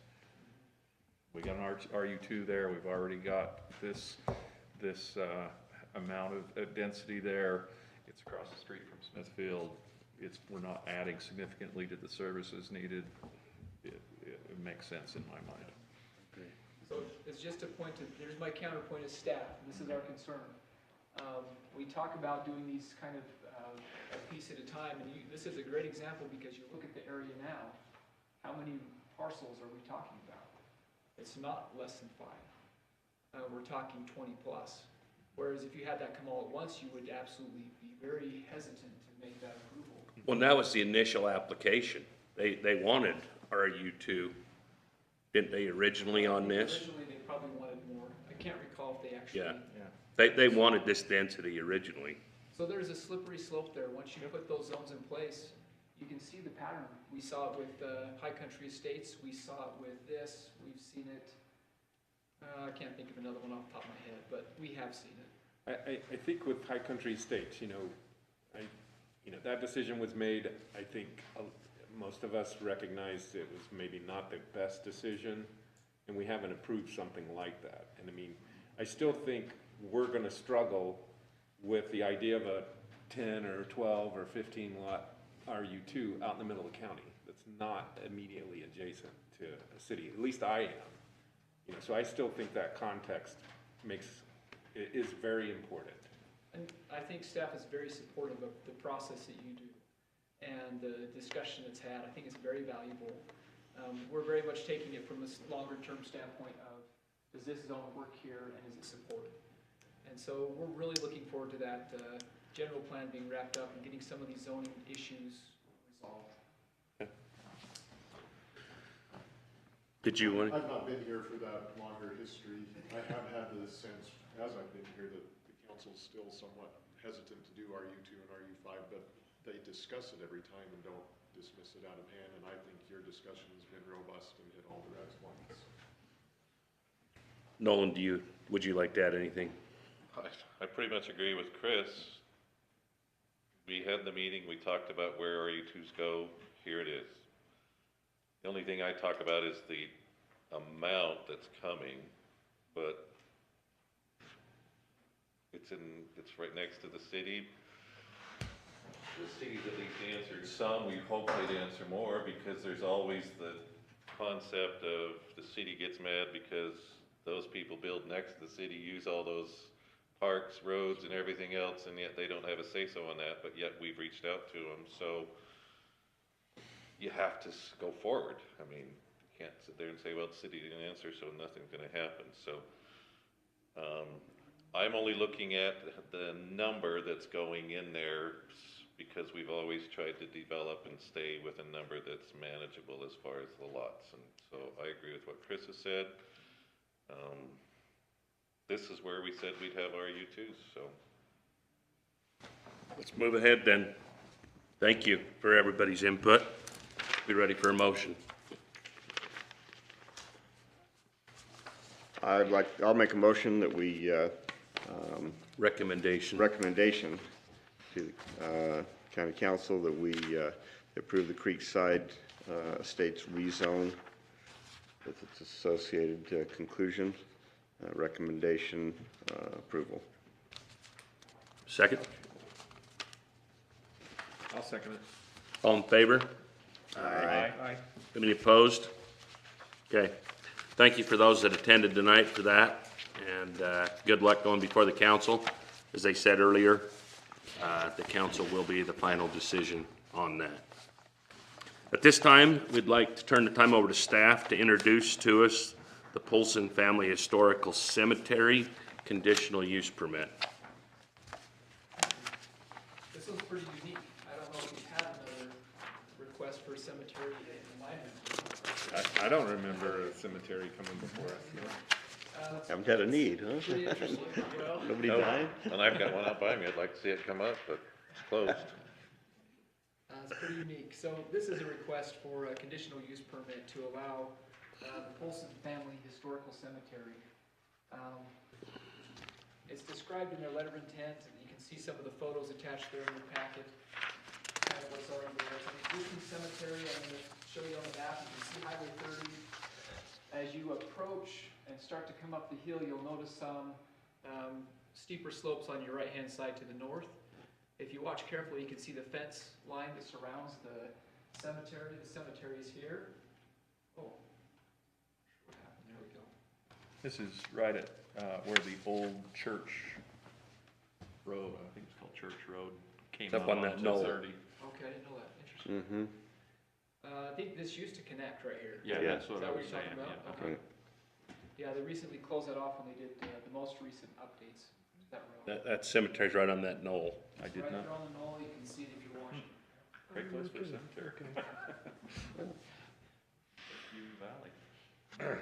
It looks like presently, it's about a quarter acre, but there's currently about 20 interments. From 1894 to 2016 is the most recent identified. Oh, wow. Had no idea it was there. They've identified that with this cemetery, it's a private cemetery for those available plots. It will be limited to friends and family of the property owner's family, and it will be maintained by the family.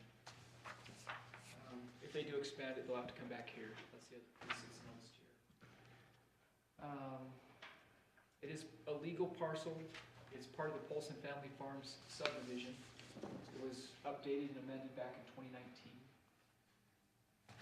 It's a historic use. It's on a lot of old plat maps. You'll find it there. It is a legal non-conforming use. It predates any of our zoning requirements. So if they kept it as it is, they wouldn't have to do anything. But if they want to continue to use it as a cemetery and put not new people, that sounds a bit odd. Have new permits into the cemetery, they would. New visitors. New visitors. They need to update that. Yeah, long term, I think, yeah. They need a conditional use Permanent. permit, yeah. Within our code, there's no distinction between a public and a private cemetery. And I think that's all right. It's good for us, for the planning commission to look at those if there's real impacts. So Chris, can I clarify one thing? I apologize, I was Yeah. trying to digest it all, and I did read this, but right now, the way our code reads, is that currently recognized as a cemetery? As a land use, no. Okay, so my question is with that, I definitely don't anticipate this, but if tonight, if we were to deny this, could they bury anybody else there? They're not supposed to, but it's happened as early as 2016, as recent as 2016. Okay. I just was curious on that. But the precedence is already set where it is a cemetery, correct? Okay. And there's some, I don't know if it's in our staff report, but I think Angie's touched base with Bear River Health. There doesn't seem to be a lot of regulation on that side. Maybe Jason has some information there, but. Well, I would, and this is going back in the dust back there, I believe there's a bond that's required from the state, a maintenance bond. Okay. And maybe the applicant can speak to that, but I think that was a requirement at some state level, and I have no idea what the. Is that on a private one? I believe so. I believe if you. I know of a couple that are not active, but there's no, I know there are some that are, historical that just nobody yeah. takes ownership of, but I believe, and maybe you know, John, I don't know, but I think there is Come on. a bond requirement. Fun, wouldn't Anyway, I think there's. Let's a finish our maintenance- presentation from Yeah. staff, and we could ask the applicant if they're aware of it. And the fourth condition in here is very broad, in how it's phrased to accommodate any sort of requirement from a federal or state standpoint. And if they're exempt, we just would like confirmation of the exemption. So we've kind of considered that since we don't have all those pieces, and we have reached out and haven't had some good feedback from the state or from Bear River Health Department specifically. Most people we've talked to kind of look at that and say, we're not sure, well, maybe talk to so-and-so. So we're tracking that, we're following that trail to see where it heads. And the applicant may have some good information there too. I think that's a good direction. Let's see.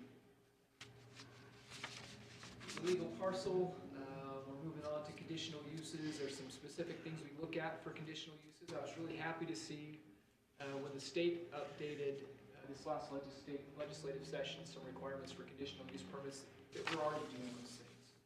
That we want a substantial reason for why you are making decisions for conditional use permits. And we use the pattern right here that you're going to see with that compliance with law, health, safety, and welfare, adequate service provision, and impacts and mitigation. So we go through that each time with your conditional use permits, and that's identified in our code that says these are the parameters you use to make a decision about a conditional use permit. So sidebar, but I was really happy to see that we're ahead of that curve. But when we look at all those pieces, compliance with the law, we don't see any major issues there, other than the thing we just talked about, making sure they're in compliance with state requirements.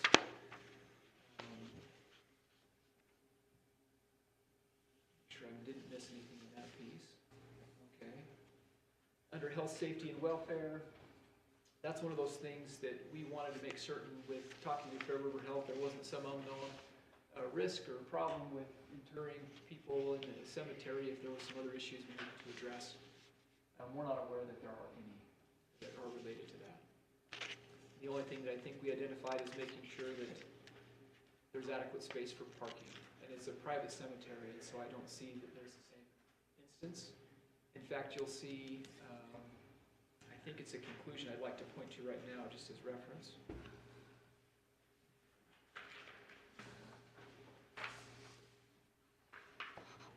I apologize for the pause here. Oh, it's coming up later. I apologize. We'll talk about that under adequate service provision. When we look at adequate service provision, it states under the county ordinance, the proposed conditional use must not result in a situation that creates a need for essential services that cannot be met. I don't think that's an issue here. As long as they can get access to that site, if there's people up there for a funeral and something happens, if they can get there, we're okay. It does identify it's on a dirt 2-track road. However, in our review, we're not requiring additional improvements because of the nature of the use. Under parking, this is the piece I was looking for. Typically, we're going to require a certain number of parking spaces for a use like this, but because it's a private use and not a public facility, and it's limited to who can use it, and the cemetery is located on the end of a long private drive, and it is on private property, modifications or increases in impact per se. In conjunction, I think, with the county engineer, we're in agreement that the existing parking area is adequate and no additional parking or parking analysis is required or appropriate. Refuse, not refuse. I'll try and get it right. Refuse.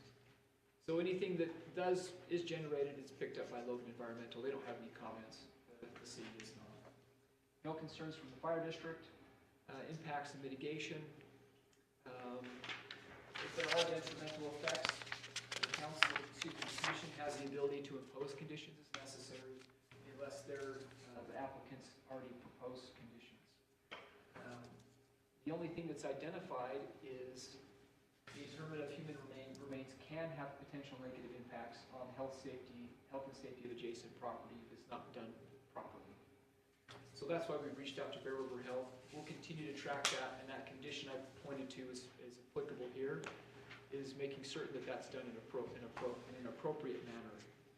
Given its location, there really don't seem to be any immediate impacts for adjacent properties. The one house there, I'm not sure who's living in it now. That's the person who helped with the subdivision, Travis Kruger, so they've been there for some time.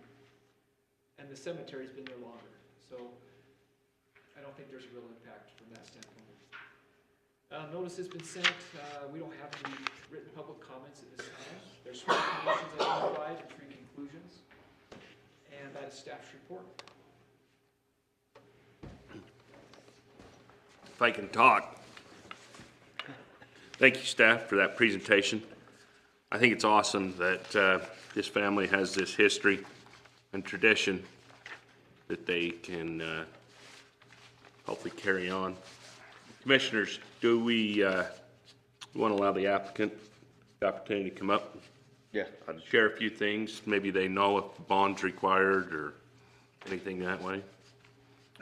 Okay, at this time, if one of you or a couple of you would like to come up and just share a few minutes, any information that you might have applicable to the application. Don Wilcox, my wife Nancy. I think there was a question where I thought I was hearing that there was a little concern about what the state of Utah, what they said concerning this. I reached out to Senator Hilliard. I didn't know who to call, so I shot him an email back in 2018. And that's when I received the email from the county saying that that cemetery, our cemetery, is basically locked out from use till we get a CUP. And they recommended go to the state, see what they say. And he shot it to his staffers, and it took a year or two.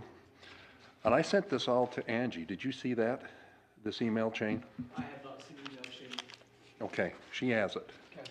And finally, he gave me back, I just waited for them to do their thing. I didn't know who else to talk to. I went on the state website, and that's really it's really easy. It doesn't cover anything like that. And it said, Senator Hilliard, well, he got a response from Megan Brolin. She's out of the Office of Legislative Research and General Counsel, Utah State Legislature. And she said, well, I'll just read it. Can I read it? Do I have the time? Sure. There's 2 paragraphs. The Utah Division of State History Division is required by statute to create and maintain an inventory of all active and inactive cemeteries throughout the state. There is an electronic searchable database. We can find it where you can search for a cemetery based on its name or the county where it's at. I conducted a search for cemeteries located in Cache County, and there were no results for a cemetery with Polson in the name. I then spoke to the division and learned that while the division is required to maintain this inventory of cemeteries, there is nothing in statute to compel a property owner to register a cemetery with the state. Without divulging specifics about your constituent's question, I inquired about the notion of the county requiring the property owner to consult with the state before providing certain land use approvals, and the individual I spoke to seemed surprised to hear that a county would be waiting on the state. Perhaps there are other factors in play of which we are not aware of, but what Mr. Wilcox says is true regarding his family's intent to leave the cemetery as is. The state doesn't have a role in the process. And Well said. they just shot it back down to us, you.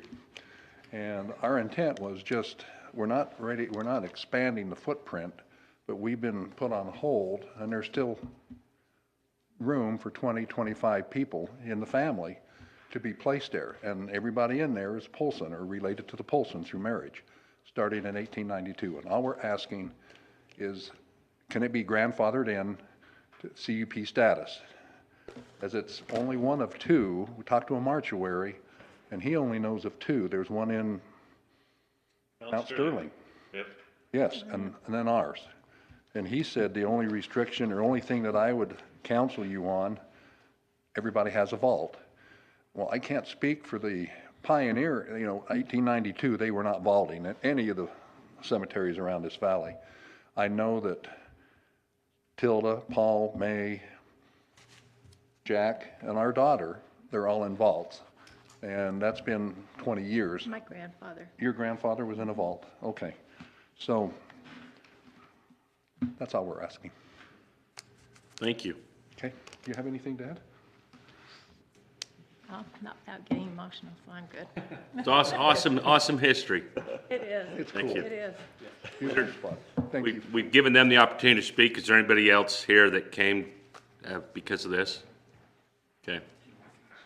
This time, commissioners? No, I just want to say, we're always trying to bring folks into compliance, where we can gently, and so we appreciate y'all taking the time to come here and go through the proper process and everything. And we can get you in compliance, and you can go on for the next century. Yeah, I have everybody on ice right now waiting, do you? Yeah, I was gonna say, we gotta get this done tonight, we gotta. When we considered this in one of the code rewrites, this item came up, and there was some discussion of why do we need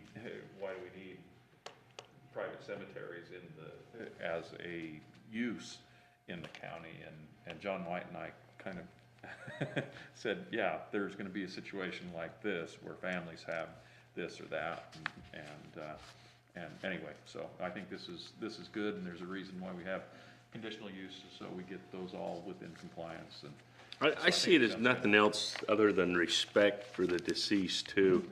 I'm sure there's gonna be no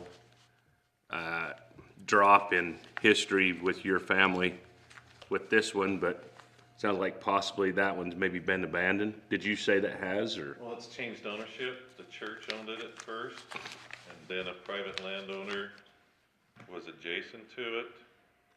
My mother actually appealed to be buried there, and it was basically, there was ownership problems at that time. So it is now privately owned, And it's kind of like what Chris said, it's, there's no parking requirements, but yet you can go visit it.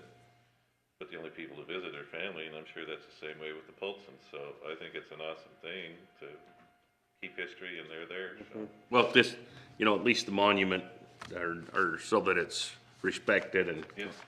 recognized as such, so that, Well, that was a part from the church and the state that it be maintained as a cemetery. There may not be any new ones going there for this one in Mount Sterling, but that owner can never, ever change that. So it is recognized as a cemetery. In fact, you can Google it, and It's listed on the state inventory of Yep. cemeteries. Commissioners, any other comments? No, I'm ready to. Go ahead. I could make two quick comments. I've done, here on the phone, a little research while you've been talking to me on the state. does not- Just real quick, do we know what that noise is? Can we shut it off? Oh, that's vacuum. Oh. I was just wondering if it was the dinner alarm or something else. Dinner's ready, let's go. Looks like the only state regulation is that whether it's privately owned or otherwise, that they're supposed to, whoever is controlling it is supposed to have policies and procedures about headstones and the care that'll be given to the graves and such. I don't know that anybody would follow up, but if the applicant wants, I'm happy to show you where that is. I haven't, before I researched the cemetery, but we have had recently an issue in terms of a family wanting to prepare a body for internment, and there are state regulations about that if you're not going through a mortuary or that sort of thing. But yeah, I think this is great, and coming into compliance is great. Thank you. And again, we think of compliance as good or bad, but in this scenario, compliance, I think, just means that we know that it's there and it's recorded as there. Is that correct? Yeah, and that, just allowing the owners to continue with that use legitimately. We have to be careful in all these or situations.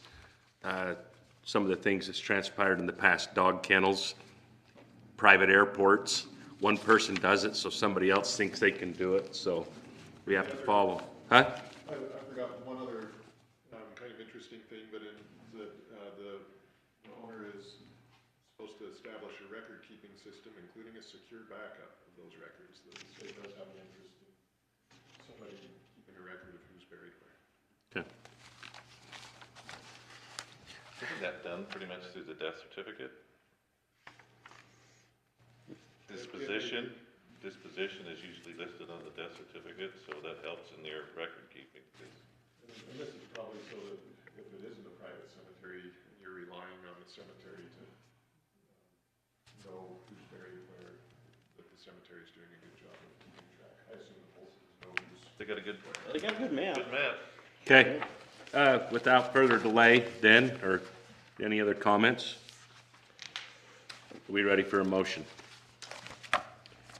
Well, I'll make the motion that we approve the Polson Family Historical Cemetery CUP based on the 4 conditions and 3 conclusions listed. Second motion. Well, just one quick question. Is there 3 or 2 conclusions? It says 3, but I only see 2. If it says 3 and it only shows 2, there's only 3. Okay. Thank you. Do we have a second? Second. All in favor? Aye. Aye. Any opposed? Thank you for coming. Okay, at this time, we turn the time over to staff to introduce our Dominion Energy DRSTA LG00004 conditional use permit.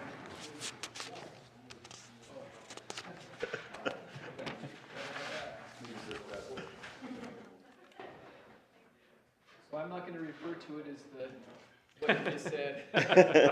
Saying it twice tonight took care of itself. Clarify, engineers like acronyms. It's district regulator station. Okay. Yeah, it's much easier to say never mind, I can't say it. Oh my.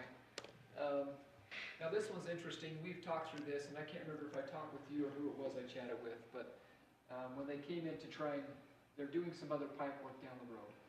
and it requires some improvement of this site. And we tried to find a way not to make them have to go through the conditional use permit process, but because their size of pipe exceeds a certain size, it requires it under the code. And so that's why they're here, is to make some of these updates and improvements to their property.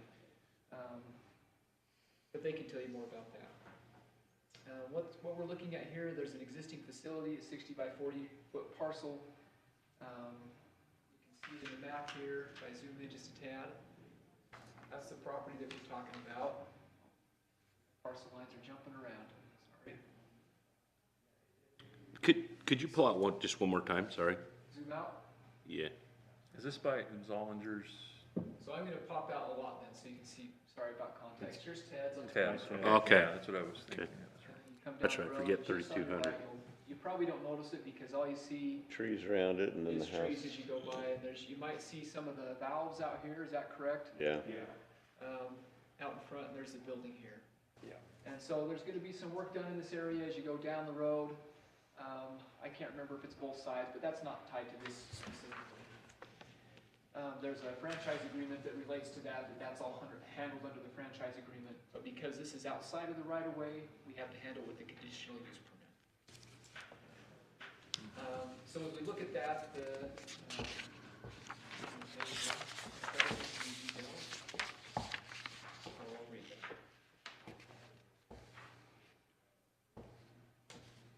so currently, if you look outside, you see those pipes in the front. The above-ground yard piping consists of a blow-off valve near the building and a bypass assembly containing 3 valves.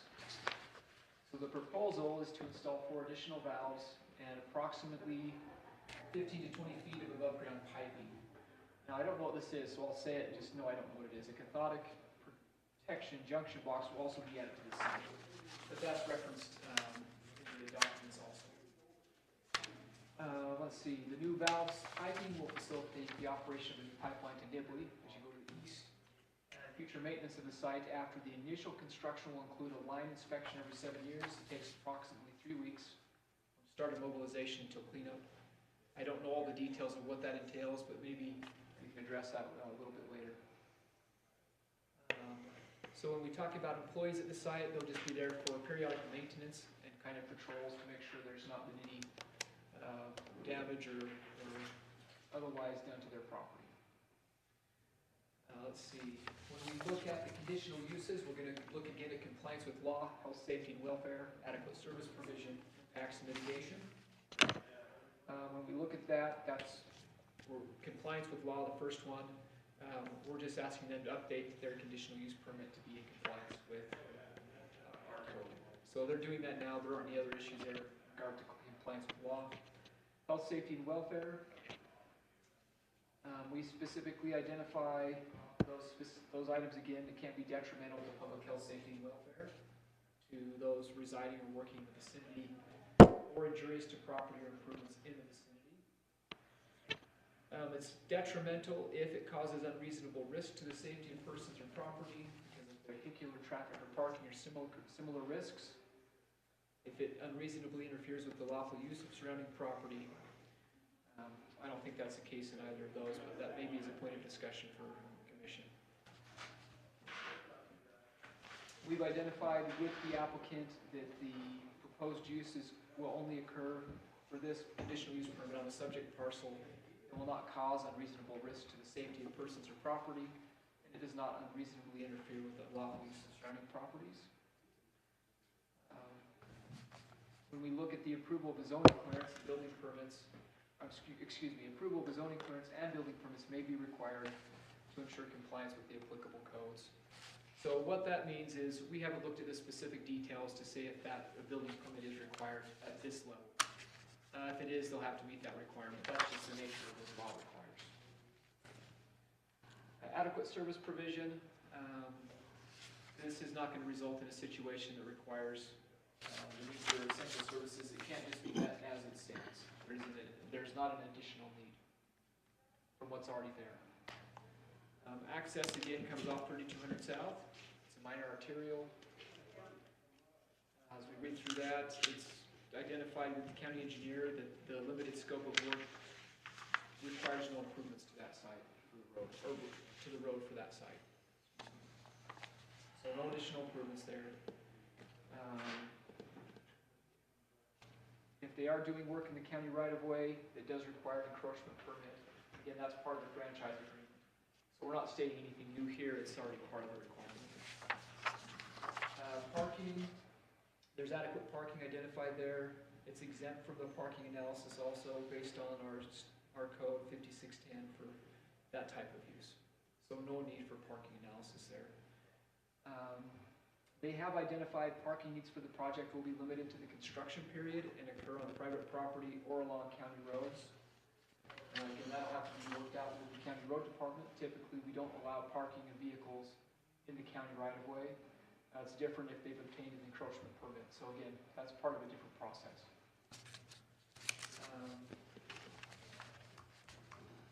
During the construction, the applicant must ensure that construction vehicles do not impede traffic on county roads. Again, part of the encroachment permit process.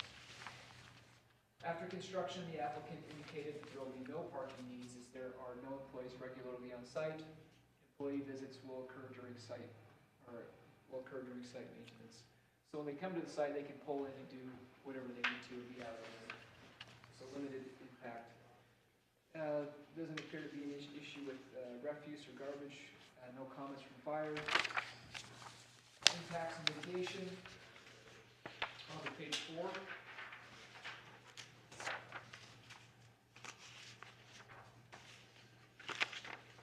I don't think there's any known impacts. I leave that to the applicant to address if you are aware of any impacts, if you've been around these facilities, those valves before when you're doing maintenance. Maybe there's some impact there, but I can't address those. I think that's better for the applicant to address. Primarily, it sounds like the only impact's going to be the temporary time frame of installation and modification. And that's, I think, here with noise, there might be an issue with noise when they're doing the construction. They can do what they can, but that's a kind of a temporary impact, not a long-term impact. And sensitive areas is listed, an irrigation canal line runs along the north property line in the public right-of-way. So any development that impacts the irrigation canal must receive prior approval from the canal company in addition to those encroachment permits I mentioned. There's been notices sent. At this time, there's no written public comment that we've received. We've identified 7 conditions specific to the use and 3 conclusions. The conditions specifically identify the first one, we'd like a construction schedule that includes a site plan with the location of any parking or staging areas. We want a clear understanding of how that construction would work. And also identify, equipment and material storage staging areas that are not permitted, or they're not permitted on public rights of way or on county-owned property. So they need to make sure that they have a place where all the staging is occurring. It's not. Let's see, any other specifics there that I think are maybe worth note? I think I've referenced the rest besides that one. And that's staff report. Hey, Chris, are these kinds of properties or parcels, aren't they usually in a public infrastructure overlay or case by case Utility kind right of away. thing? That's a good question. I'm not saying it has to be, but, I think it's the Just distinction curious. between a distribution and transmission line. okay. I was looking to see if I had that in the code right here. I think I need to pull the code up. But I think that's a distinction there. I'll look at that if while you talk. I mean, if it was required, that would have been part of this process. Yes, would have been part of it. But I think that's the break there is, can we move beyond that? Okay. If it was their first rodeo, we might have some concern, but Right, we know it's not. They do a phenomenal job. yeah. Commissioners, any other thoughts, questions? I have none. This time, someone ready to make a motion? Or do we want to wait on Chris's findings? Did you want to hear from the applicant at all? If the applicant would like to, thank you. I would mostly just address questions. If you wouldn't mind, just come up to the mic and state your name so they have it for the record. Yeah, my name is Rick Hellstrom. I'm a land agent for Dominion Energy, representing this. They've explained it pretty well. This facility, like I said, it's called a district regulator station. We have a high pressure line that comes up Highway 89 and then turns east into this facility. And what we're trying to do now is add another, if you have that up, you can bring up again the picture. You saw in the northeast corner of the property, there were two pipelines, little sections above ground. Essentially, we're adding some valves that would create one more run next to that, so that, you know, from an aerial photo, you'd see 3 runs. This is obviously just pretty much part of growth and. Yes, it's supposed because to we're having the tapping services. the high pressure line and then extending it about 2.5 miles east over into Nibley, and then we're gonna build another facility similar to this one to serve that area of the county. So the county's kind of outgrown our ability to serve from this area, so we need another one. We do have the canal company, the Nibley Blacksmith Fork Irrigation Company. We do have their permission to cross the little canal in the front, and that's part of our urgency. We weren't aware that this required a conditional use permit, and water probably comes in by about April 15th, so we need to construct into there pretty quick here. And part of the site, he's correct. It's an unmanned site. Typically, we have somebody come by to do, you know, just check on it and maintenance, you know, monthly. There might be a yearly maintenance that they might be there for a few hours, but usually it's just to drive by and kind of check on things. The cathodic protection that he mentioned is basically a kind of a post, looks like a communications post sort of, you know, like they do on your front lawn with Comcast or CenturyLink. And it's part of the cathodic protection on the high pressure. It's a steel line, so it's to protect it from corrosion. It's a safety thing. And then other than that, periodic maintenance, there's part of the valves that we're adding to this. Every 7 years, we're required to do what they call this is a federal requirement, do a direct assessment of our pipelines. And a direct assessment means that we have to visually take a look at the pipe and assess the condition of the pipe, the coating, you know, the steel.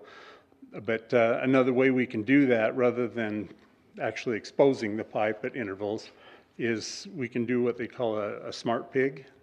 We can insert a smart tool or a smart pig into the pipe at this location, and it goes a couple of miles an hour over to Nibley to that other station where the pig comes out. The pig has computerized equipment and monitors, and they get readouts from it, and they can actually tell if the wall thickness is reduced or if there's problems with the weld, or the steel is corroding at too fast of a rate. And when they do that, they have GPS, and so they know where to go dig up and kind of correct problems. So it's a safety factor. It's just makes the pipelines much safer going forward. And then I just wanted to speak on a couple of the conditions that they've listed here. He mentioned that equipment and material storage staging areas are not permitted on the public right-of-way. And then also in number 4,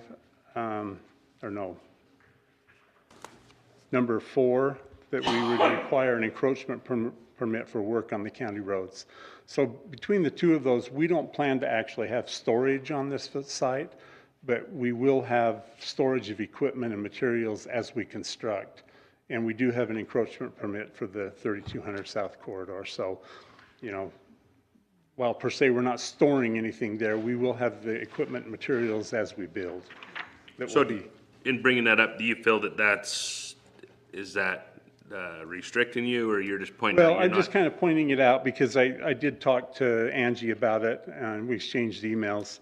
And I feel like any storage really falls under our encroachment permit for the county right-of-way, because it's all one project. It's running a pipe, and it's other than like 15 or 20 feet of it, it's all in the county road right-of-way. So the crews will just kind of be there installing the stuff in the property and then moving on down the roads.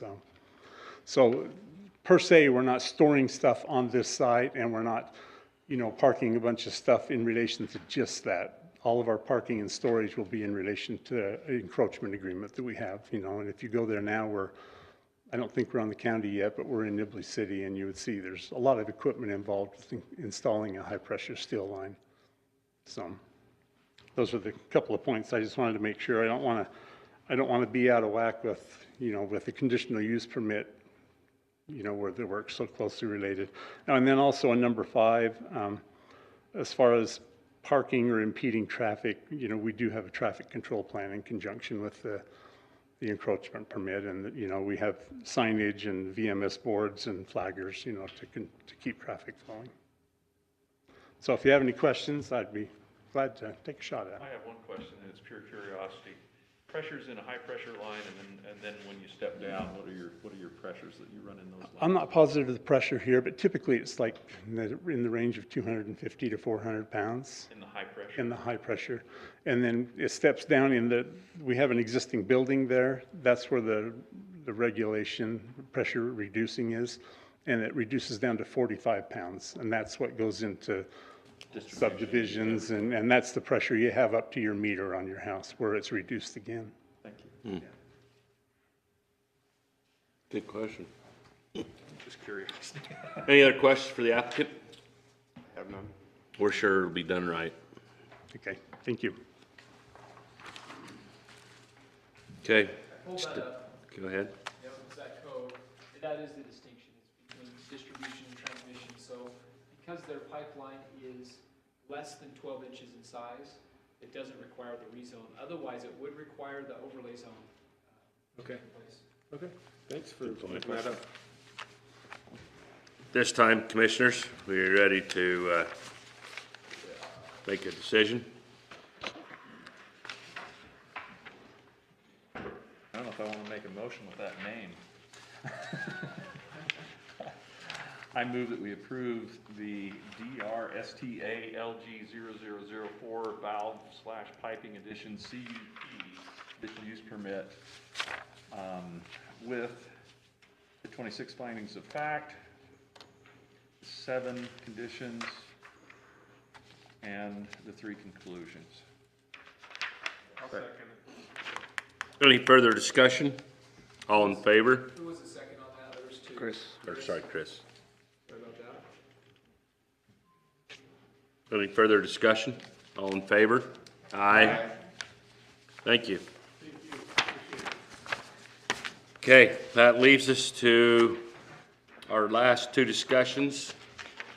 10 minutes or less. I have a recommendation, if you would accept it, commissioners.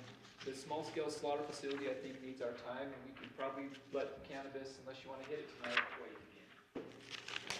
State that, so you're saying we focus on the slaughter?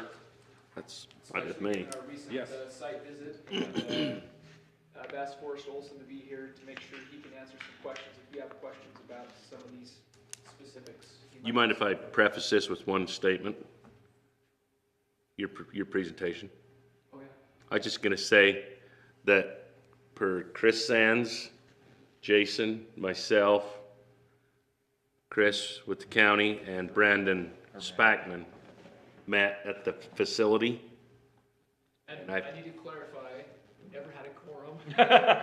No, we weren't there different. left. That's true. He left, Chris I left. We were there at varying times. Thank you. I didn't mean to open a can of worms there, but, we were hoping to get some counsel, but they were busy, and we felt we had a good representation from the commission. And overall, we felt that we were impressed with what could take place with one of these operations. So, carry on. I add, council would have loved to have been there, but we were involved in a UAC all-day meeting that day. I'd have lots rather gone to the site visit. We appreciate it. I'll bet it was. I think this is much needed, and I think the council agrees with it too, so. We're excited to see this roll along. Well, I brought the code from the last time we had it, so I don't know what the commission would like to do. What I'd hope, I didn't prep anything formal, but what I hope we could do is just have a discussion based on what you saw at the site, on what our code says now, and see where those things start to mesh. Now, I don't know if you want to do that first, or if you want to talk with Forrest first, or if there's. We might need Matt here. There's cows that are gonna come across you this might- road. There's a Where you road going? too. There's always a road. Chris, do you mind if I, in addition to my comments I already made, do you mind if I just kind of summarize some thoughts I've had on this since our tour? So, I'm not speaking saying that this is approved, not approved, anything else. I'm just trying to clarify in my head. So originally, the applicant came before us with the intent that it was gonna be rezoned to a commercial property. Sorry? Industrial, I apologize, to meet the current code of what we kind of were led to believe or thought to believe. And at the time, we had participation from the community, and we, based off the facts at the time, the feelings, we turned down the rezone. We since then have discussed it, visited the site, and we now feel, if it was to be approved, that this would still fit exactly where it was applied originally, or the application originated, as a agricultural use within that zone. Is that correct? I think so. There was a lot in there, and I think I'm with you all the way till the very end where I don't have a definitive answer if it fits there or not. 'Cause we haven't really seen that application or had that discussion. So up to that point, I'm 100% with you. Okay, the only reason I wanted to clarify that, because I know even at our last meeting of discussion, there was some confusion or wondering, well, why are we even addressing this again in that location if we already turned it down? And part of that is the council. Keep in mind that this went to the council, they were on board, they denied it also. But then they said, in fact, Paul Borup's like, get on it, Chris, get it done, get it approved, change the code. And the council has reiterated more than once that this is an absolute necessity priority. Make sure this gets done, make sure we have this use possible, but it does not address a site-specific location. Yeah, and I think that's the point. The reason I raised those concerns, I think I'm the one that was raising them, is I think, you know, this has 100% support for becoming law, you know, and permissible in the county. The only challenges we'll ever run into is context, like where is it being proposed? Are the folks that may already be there living across the street or next door to it, are they gonna have a problem with it? And that's where we have issues. And so I think it was great to see the example that we saw. I think, you know, I mean, there's houses immediately next door to it or whatever, and that apparently have no concerns or ever had complaints, but I don't think everybody's gonna be necessarily that accepting of even a small-scale slaughter facility. They still may not like the idea of that next door or across the road or what have you. So we're still likely to face some pushback, I would assume. But like I said, I think there's tremendous support for this, and I think we all recognize it's an important need that we have here in the county. Thank you, because I in no way intended that, you know, it was one way or another. I was confused last time, and then after attending down there, I just wanted to see if we were all on the same page. Yeah. So, The site visit was super helpful, so I'm glad we did that. I know there were a couple conclusions we came to at the end of the site visit. We were talking about limiting it to number of animal units, and we were talking about immediate removal of any of the waste, how that process was working, making that an actual requirement under the county code. Those are the pieces I remember had made note of. Is there more? Yeah, I mean, it's such a well-run operation, like, if we could just say for us, you know, do it like that guy, you know, exactly. I've done a lot of research on this, so I know some of the questions, things you guys are bringing up, I can answer some questions, I got no problem doing it. That's great. Just to be clear for the record too, was Brent Davis's place, just outside of, in Weber County, but outside of Ogden. Yeah, he's a wonderful representation of what I'm looking to do. Sure is. Great. what's the name for the Opal? Awful. Well, it is awful, maybe, could be awful. OFAL. Awful, yeah. I'm not sure, yeah. But that's our kind of a consensus on animal units and then how the offal is handled. Yep. I mean, those were some of our major concerns that we had going into it is how do you handle the waste? Is it a reasonable requirement, a condition to have removal within, we're talking same day and those types of things, and it looks like it's absolutely doable in what they do, and is probably one of the things that can mitigate the impacts. And he even had a backup kind of cooling area. Yeah. If there were an emergency and they couldn't pick it up. They could put it into the cooler. He was pretty clear that within like 24 hours, it starts to get kind of stinky. So you gotta keep it contained. One other thing, just personally, I felt that come from that site visit, is it gave us all, it's impossible for someone sitting in an office or our bench here with no knowledge of how one of these facilities run, and in the long run, what does it take to make it financial? If we set somebody up for failure, we've done no good. So in our decisions, we have to make it financially feasible and able to happen and operate. Are you, would you like a decision tonight?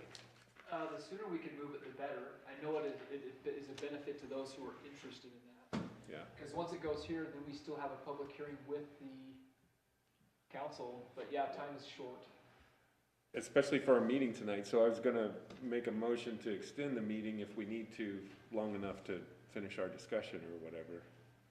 So I'd make a motion, we extend our meeting for 15 minutes. Okay. I'll second. Could we take one pause for station identification? Yeah, Okay. definitely. I need 2 minutes with you just afterwards as well, Okay. maybe 3. Getting near my bedtime, so I'm gonna cut it short too, so. All I know is that I've talked with John recently. He's like, Nolan had some questions, so he's posed some questions to me, so maybe I'm prepared for your questions. Good. Did we vote on that motion? No. We're at station identification, so. We got close. I just wanted to make sure I hadn't missed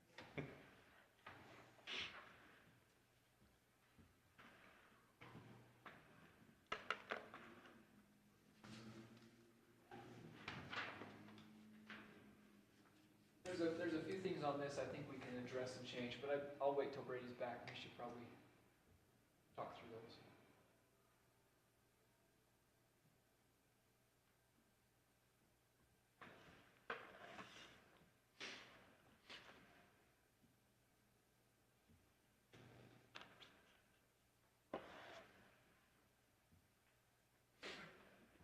How many did he process?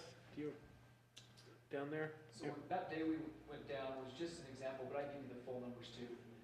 He had done 7 beef and 8 lamb. And he estimates he does about 20 head a week. Okay.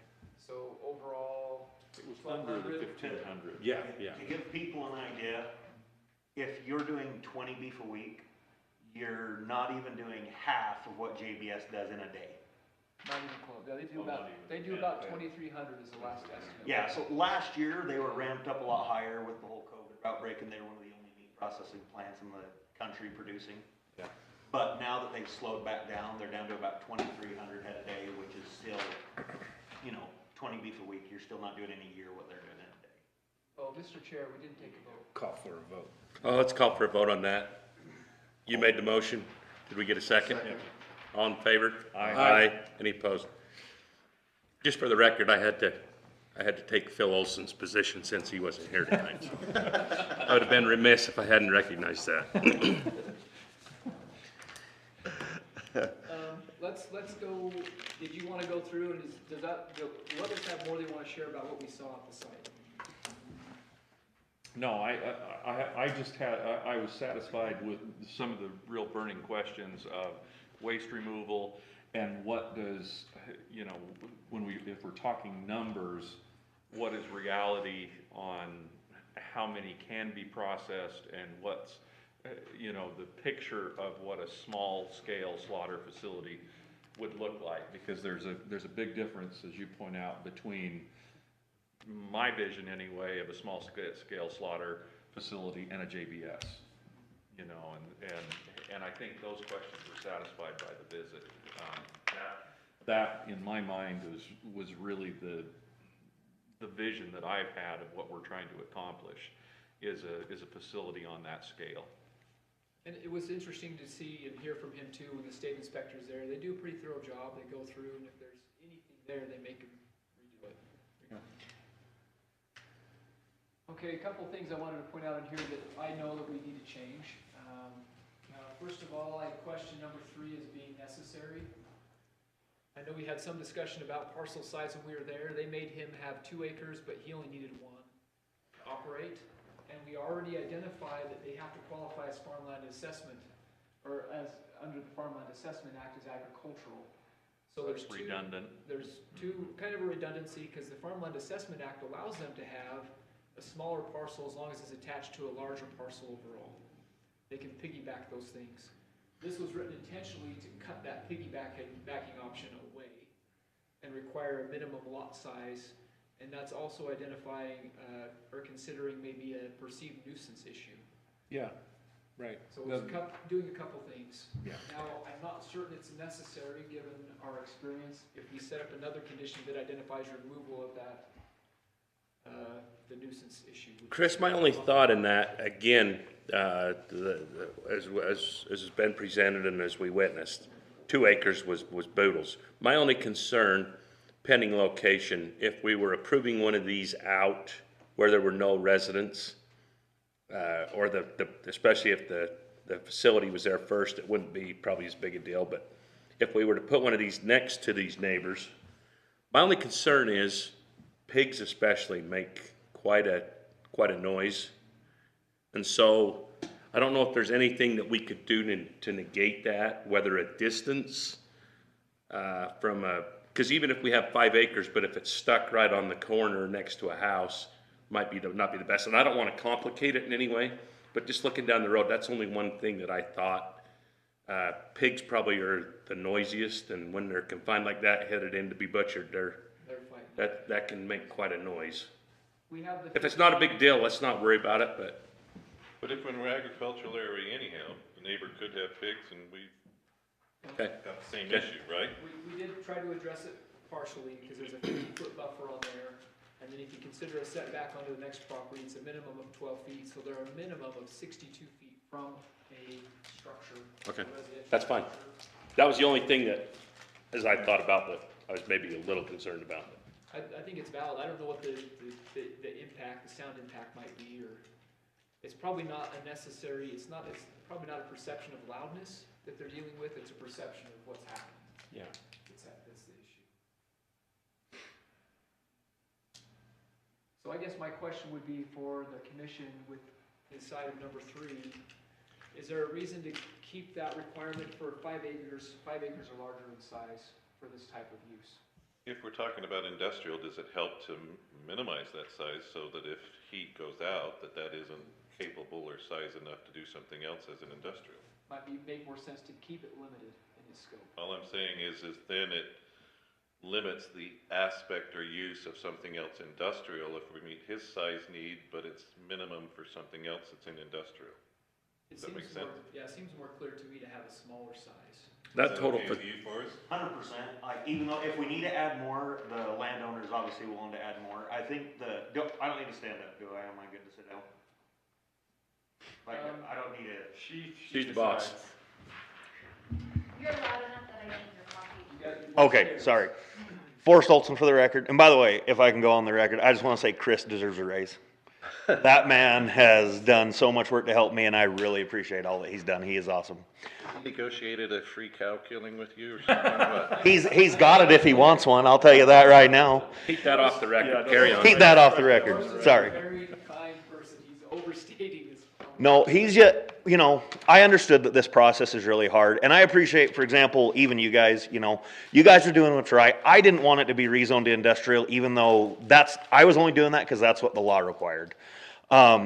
Certain aspects to what you're saying with that, what I think is a good thing, you want this to keep it small scale. The less land I have with it, the more I can keep it small scale. The more land you give me, I'm like, oh, how big can I get this small scale?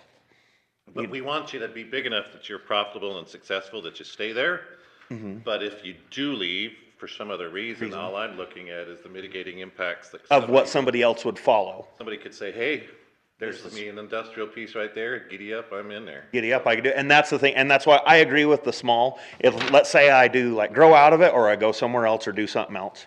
You keep it small, and you keep it with that zone, how we're proposing keeping it in ag. I think that we definitely help the purpose of what everyone's trying to accomplish, to make sure, especially neighbors around, you know, you want to make sure that we're keeping it, like you said, with the small scale. We're not turning it into another Miller's or a JBS or Swift or anything like that. The smaller profile that I can keep, the more it computes to the small scale operation. And I understand if you guys are looking to the future for something else to go there, the smaller, not necessarily the smaller the scale, because obviously you need room to do certain things.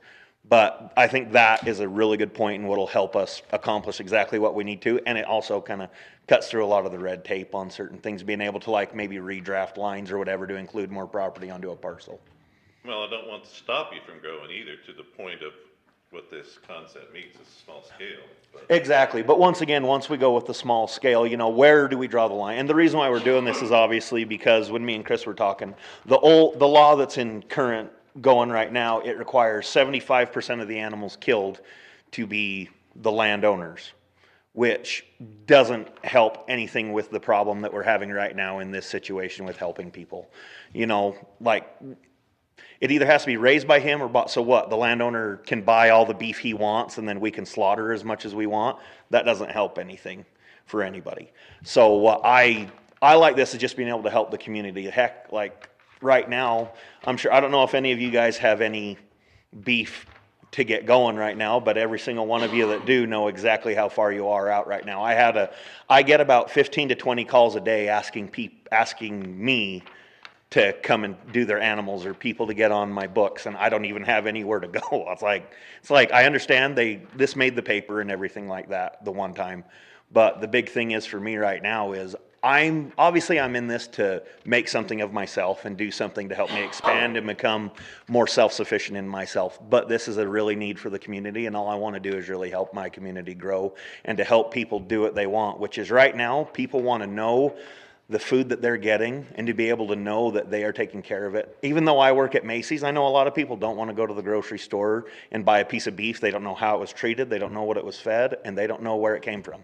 A lot of people want to know right now that what's in their freezer is something that they took a part of, and I want to help people get to that point in their lives right now. Regarding if anybody has any questions about the off-all situation, there's a couple different things that can come into play with that. So the off-all, especially the stuff that goes in the buckets, like the bones, the guts, things like that, the off-all. One requirement for the building is that I have what's called an inedibles room. So what happens is you store stuff in the inedibles room until the stuff is being hauled off. So it's not like I would have a dumpster there and I fill it up for 3 days and then I call them up to come get it.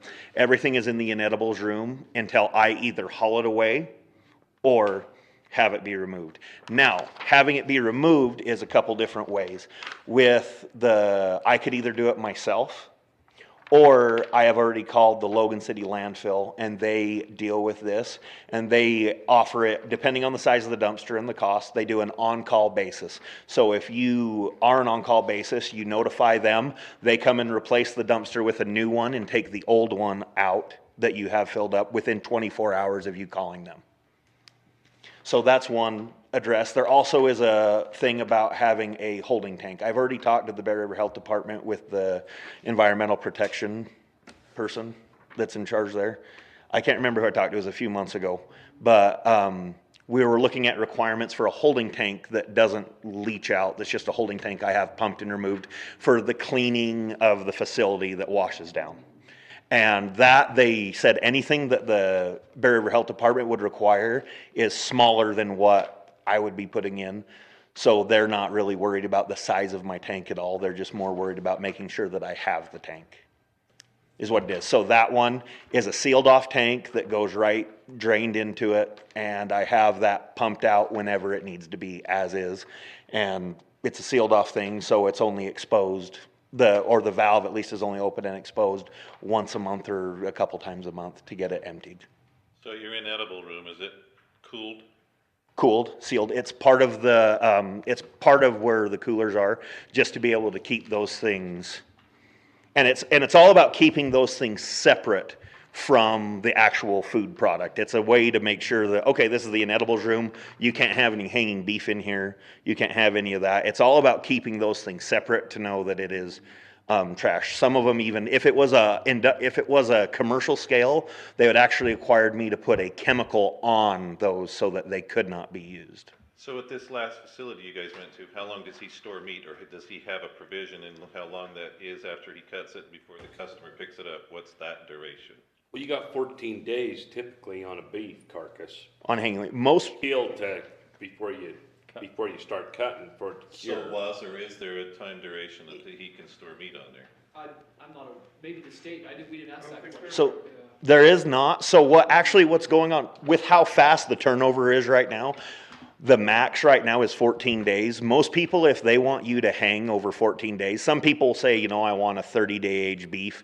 You're gonna lose a lot of your animal at that point. But right now, with the high turnover of trying to get it in, everybody is charging people per day if you want to age longer than 14 days. Just because they're trying to get through beef. So if you want to age something, which there is no restriction, the only restrictions are your temperatures on that for the states. Clarify your question though, because all that meat, regardless how long it hangs, is inside cooled.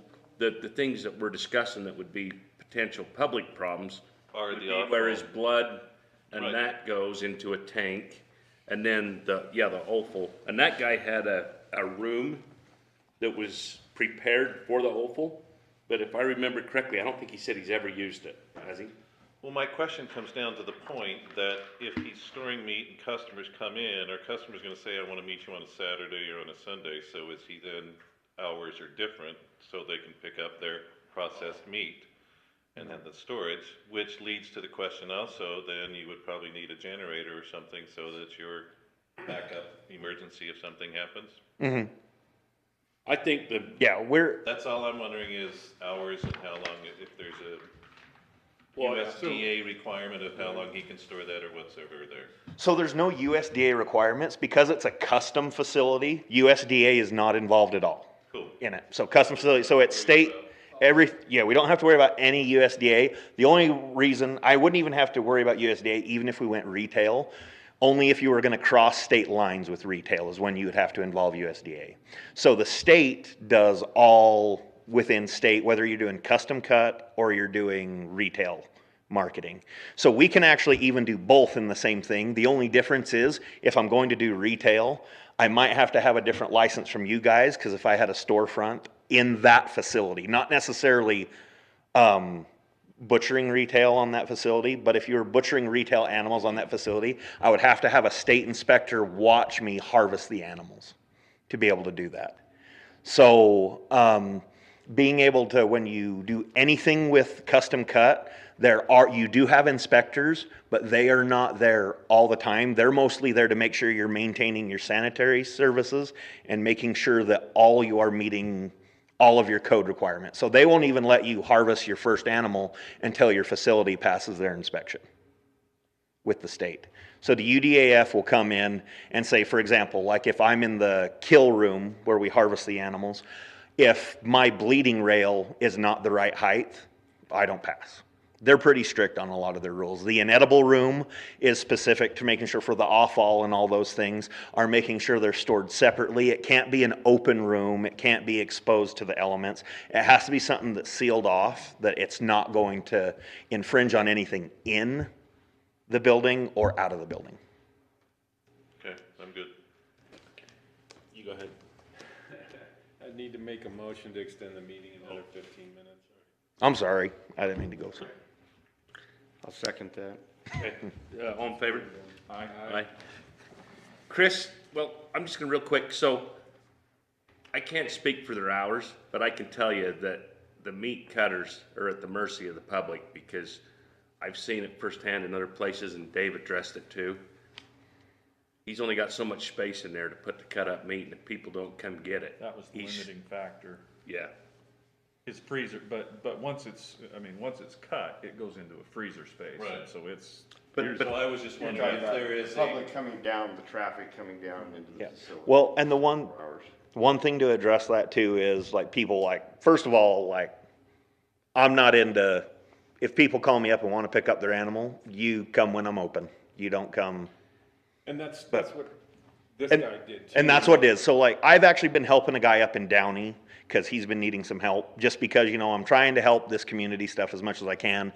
And right now I've been going up there on my days off to go help him at least relieve the stress of him being able to get that stuff going and get more animals harvested for as many people as I can. With what you guys are saying with the timing, with him especially, everybody, you can call Tires up. If you're not there by 5 o'clock, they don't care if you showed up at 5:01, you're not getting your animal. You know, they shut their doors, it's gonna wait. And for people, for example, that don't come get their animal, let's say if I've called them 10 times and they're not answering, not returning phone calls, you get an option to donate it to the food bank. So for example, if let's say Lane brought me a Holstein that he wanted ground up, did his beef for him, and not that he's gonna have that done. He's like, I'm not eating no Holstein. But no, and that's probably why he would leave it and not come pick it up. But the whole point of that is being able to know, like, there's only so much room he had in his freezer, right? So if he's still doing it and somebody's not gonna pick it up, sometimes you're just gonna cut your losses and you're gonna help the community. And right there, the community, you're going to the food bank. Or sometimes you'll have somebody that just wants to do good and they will donate the animal to the food bank or things like that. Boris, can you hold just 1 sec? 100%. We're not trying to rush you or nobody else, but due to our time restriction here tonight, Chris, can you maybe identify what have we got to get accomplished? And then how we're gonna do that? So there's probably 3 or 4 things here we should address to try and make some progress tonight. First of all, I want to talk about the first piece under the definition, where I have it removed, where it says this definition does not apply to the slaughter of animals owned by the property owner. However, other federal, state, or local regulations may direct such operations. Does it need to be there? We don't need that. As I reread that, I figured it was redundant from what was already there, and they can do it anyway, it's not we don't need to to comment on it. Yeah. So I think we can cut that entirely if everyone agrees. Yeah. Okay, so you'd scratch all of 6150 or just what you've got done? Red right there. What's in red? So just that piece is redundant and not necessary. It's already addressed elsewhere. I would keep number 1. I would keep number 2. Yeah. I would delete number 3. Yeah. But my question is, do we want something that limits as a maximum the acreage, or do we just let it be? We probably better have a minimum. Well, a minimum meaning that I misspoke. I think a maximum so that we don't have an industrial thing that's can just. Like a maximum of 1 acre, a maximum of 2 acres? But won't the animals, in my opinion, the animals will control. Because I mean, if they want to get in and kill 1,500 animals in 2 months, the place sits, but. Right, I was gonna say, I mean, we're limiting really by the number of animals we're. And if they overbuild. But if we're going to an industrial and he moves away from. It's not, the whole point of this is being able to, like, we're not rezoning for industrial. This is to help us keep it in agriculture. Gotcha. Okay. We're filling that niche in between personal and. Right. Yeah. So I don't know if it's necessary, I just asked the question, because if I we was do more limit it. thinking minimum, not maximum. Okay. I as well, because I think the number will monitor our And maximum. I realize that, you know, the example we went to was on less than 2, but, I mean, 2 seems pretty reasonable out in the rural county as a minimum. Yeah. Well, it's the same thing that keeps people building out there. Like if you having people say, oh, I only need a half an acre to build a house. It's the same thing you guys are doing with building houses. I think it makes sense to do a minimum, which that way you can't just have somebody come in and just say, oh, I'm going to do this on half an acre. I'm going to try to do it. And especially if you have it, let's say he's surrounded by, not like me, but he's surrounded by 1,200 homes in the rural area. It's not going to happen. So would you keep this at 5, or do you want to adjust it? Because it also identifies as you read on. I think, for me personally, what we learned from that site visit is that, you know, it's really, for an operation that's not too far off from this level of intensity, you know, 2 acres was more than enough property, and so He was. That's why I complaining. like two. But that protected his neighbors and gives some buffer. Yeah, Even, that's how I look at That's it. the balance for me, is how much size do we need, and giving some sort of a buffer, just because And the it does, type of use it is. it does depend on parcel shape. His was fairly narrow and long. how do you feel, Lynn? Well, I think we can take it down to, if you want to put a minimum in there, 2 acres. Okay. I don't think you need a maximum, and I don't think you need, So we'll just say, must be located on a legal parcel 2 acres or larger in size. Yeah. Is that correct? And That now would the be good. next piece I wanna make sure we're consistent with, or on contiguous legal parcels that are a total of 5 acres. Well, it says 5. So this changes that, right? Now we're saying if it's contiguous, maybe they're on a 1 acre parcel, but they also own the parcel adjacent that's another acre, so they would qualify if they did that, if we set it 2 acres there.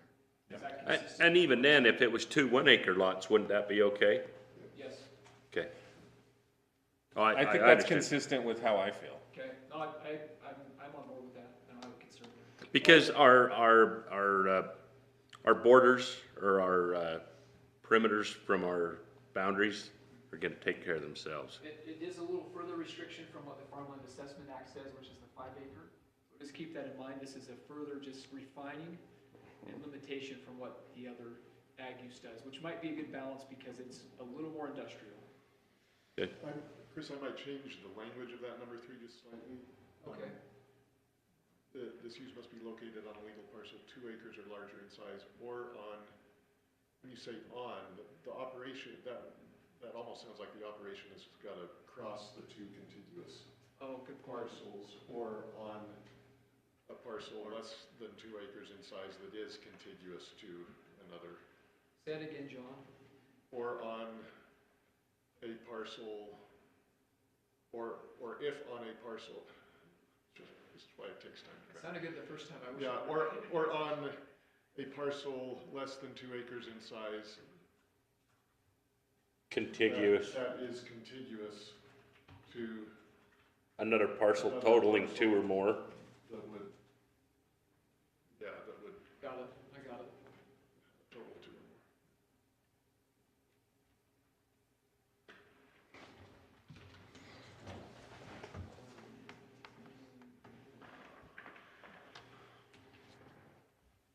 The second parcel, which combined with first parcel would. Okay, let me read Yeah, through so that. More than 2 acres in On a size. parcel less than 2 acres in size. Larger, a total of 2 acres conjoined or co-joined. That when combined, With the initial parcel would total at least 2 acres. is that it? Let me read it out. Or on a parcel less than 2 acres in size that is contiguous to a legal parcel that when combined with, Combined with the that when initial combined. parcel. I might have to wordsmith this a little bit. Yeah, that's what I'm saying, the wordsmithing takes, But we're getting the intent. yeah. Subject parcel, I think that's good. We'll go with initial. I'll wordsmith it so the meaning is there, but it is more clear. Sounds good. I think we've captured the. Comprise a total. That works for us. Okay, so that's good. I think we can stop there with that one. I don't think there's any issue. I don't know if you have any issues with the cleanup I did on number 4. There's just clarification specific to the use. I think number 5 goes away entirely. On number 4, we end with an and, or is that, oh, that takes it to into 5, okay. Continuity. All of those are and, okay. Well, number 5 doesn't go away, it's just a new number 5. Well, yeah, the The text numbers. goes away. It's replaced with the animal units.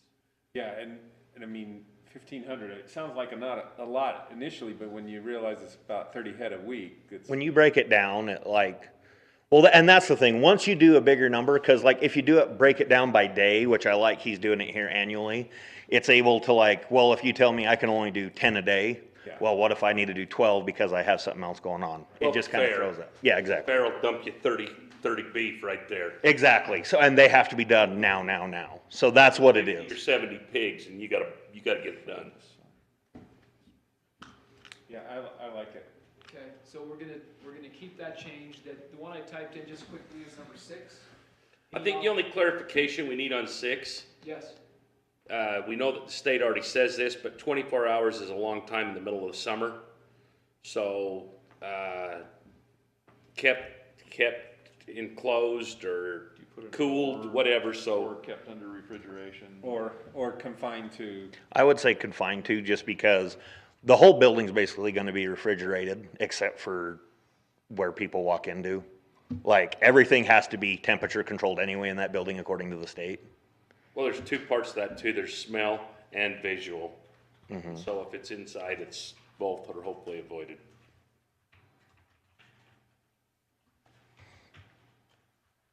does that cover it?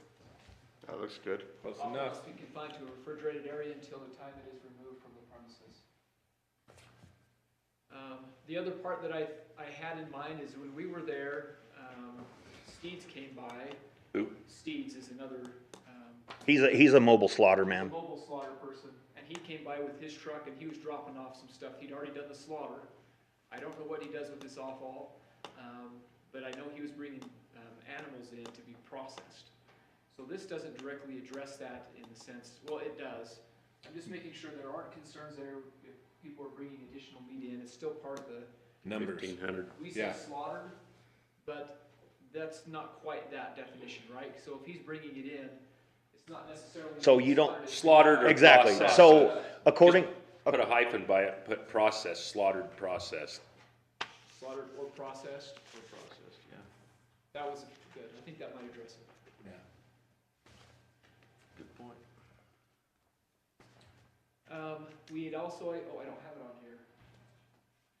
Okay, when we look at the use chart, we have to identify what zones we want this to occur in and what type of permitting it would require. Last we discussed, it had been identified as requiring a conditional use permit in the agricultural and FR 40 zones. Is that still consistent, or does that need to be changed? I think that was the intent, wasn't it? Every- Because we discussed the FR Yeah. 40 because of the commercial hunting That makes sense, operations. yeah. There's a real possibility it would be applied there. So even if it's agricultural, and I should know this, but I'm just thinking it out loud. If it's agricultural, but you put a home on it, does it change to residential or is it still agricultural? Still agricultural, yeah. So I don't know that it's a problem. We don't want to restrict them too much, but That's from a land use standpoint, just to be clear. Well- Taxing, they're gonna do something different. say it one more time. From a land use standpoint, the zone doesn't change. Okay. It's- Well, I just was wondering if we should maybe clarify that 2 acres, and I don't think this is restricting a property owner, and I don't know why it would, see what you guys think, if it would be a negative impact another way, but is there something that we should say in there that that's the only use on that 2 acres would be this, or is there any negative impact to that? Either way. So our code addresses this in part, when it identifies the number of primary uses you can have on a property. I think we've changed that recently, though. I'd have to dig into that a little. If it's not a big deal, don't worry about it. Simply just thought. But if they're growing alfalfa on the rest of the 2 acres, we don't really care about that. Well, it's still agricultural. Agricultural, yeah, right. But I just didn't know, Oh, yeah. you get somebody that builds a house and then tries to use that 2 acres to add this in the back. I don't know. Is there a reason they couldn't build a home with this being on the Lots. site? What do you want? We have to identify what's the primary use, and we've addressed the impacts. I think that's the main thing. we're looking If that's for. too restrictive on a property owner, I wouldn't want it, if it's not gonna be a negative. But I just asked the question, is it negative? Other comments, questions? Amendments? If not, we'll take this to the council if you want to make a recommendation.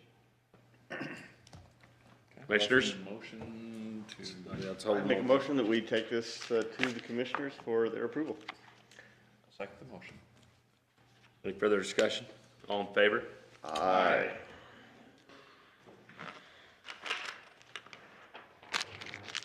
And just as a side note, the item 8 has been postponed, is that correct? Yes. And we'll discuss. If you're okay. At the next meeting. If you could please go through those maps that I was slow on getting to you, those links. Go through those and see what ideas come to your mind, write those down. If you think to email it to me, we'll come a little more prepared with some discussion for next time for Canvas. You guys mind if I just give a quick opinion? No, there's a link, that would have been Can't sent give it out from quickly. Angie, that you can follow to, that shows you some of the ideas we use to restrict where that zone may occur. When did that come out? I'll ask Angie to resend it. Yeah. Okay. It would have been. I don't, like- yeah, I don't think I Could you ask Boxelder, when? It should have been last week. I don't remember seeing it, but Okay. could you ask Boxelder County what their deal is on that? On cannabis, Yeah. what's your deal with cannabis, just like? What's your restrictions or zoning? Yeah. Because I'm almost of the opinion, I mean, let's do, what's the state got right now? You can't serve alcohol within a certain perimeter of schools, churches, whatever else. Same type of buffer here. Huh? We have the same state requirements with the cannabis. So let's just do it on a case by case. Take a look at the maps, I think it'll help. Okay. Chris, want to make sure I get the maps too? Make sure you get the cannabis? No, I'm just kidding, get the maps, I'm sorry, John. Yes, I'll make sure that's distributed to everybody who needs to take a look at those maps. We really need a lot of good input there. We've made some guesses, but we'll make sure it's distributed. Thanks, John. Can I say one? Oh, sorry. I was just gonna say, just real quickly, just for Forest's benefit, you know, just as we mentioned before, I mean, we want this to work, we want it to be successful or whatever. It doesn't mean that that particular parcel is something we can improve. I totally understand. So, I'm expecting the same concerns from the residents, you know. Which is fine, nearby. I'm gonna be honest with you, if the same residents were given the concerns as they was before, some of them wouldn't be so worried if people knew that their septic systems were flowing into the pond that he so wanted to defend. Right. Or he I would, think yeah.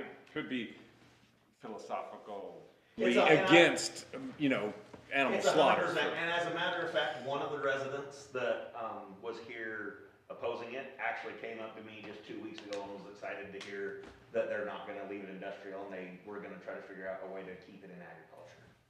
And I think, I mean, if those neighbors had a chance to see this facility, I mean, if they weren't against animal Well- slaughter or whatever, I mean, I think they could see it's pretty Uh-huh.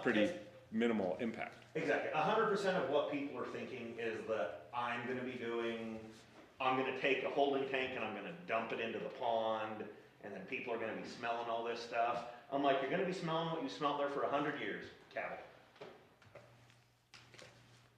But like you said, it depends on the parcel and what you guys will allow and what other things happen. Nolan? John first? I just had a quick procedural thing because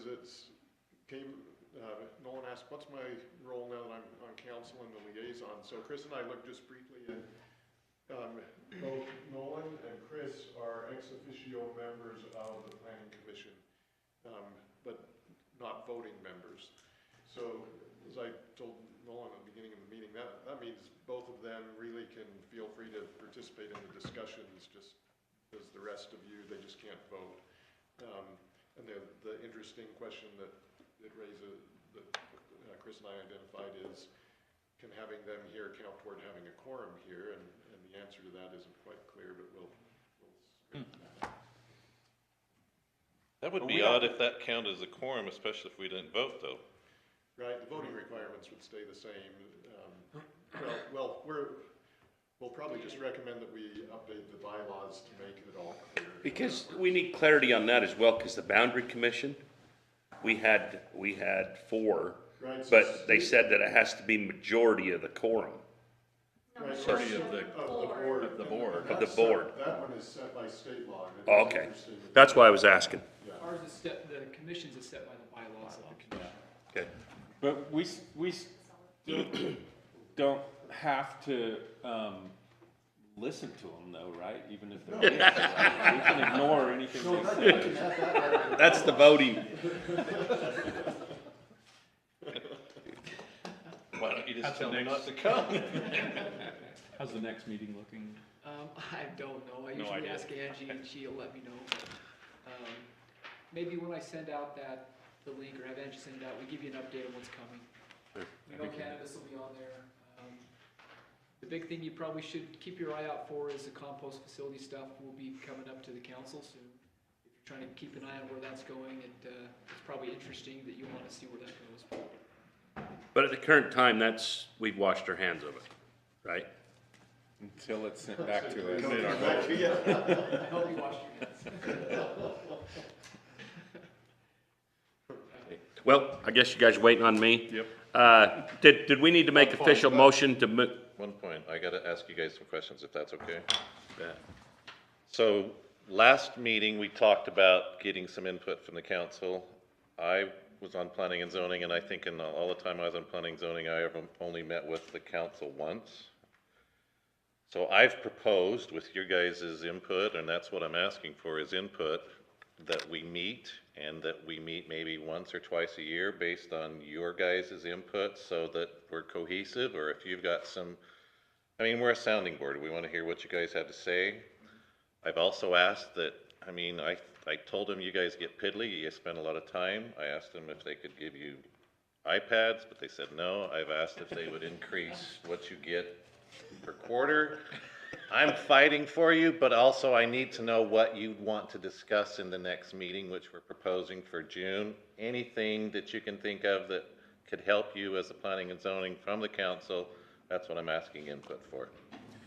I don't know if there's a specific request, maybe just a discussion on, you know, some of the process that we've gone through where we'll beat a topic to death and finally come up with with something that we think is, you know, been thought through, and so we approve or vote for approval or denial, and then it goes to the council and it's they go the opposite direction on it.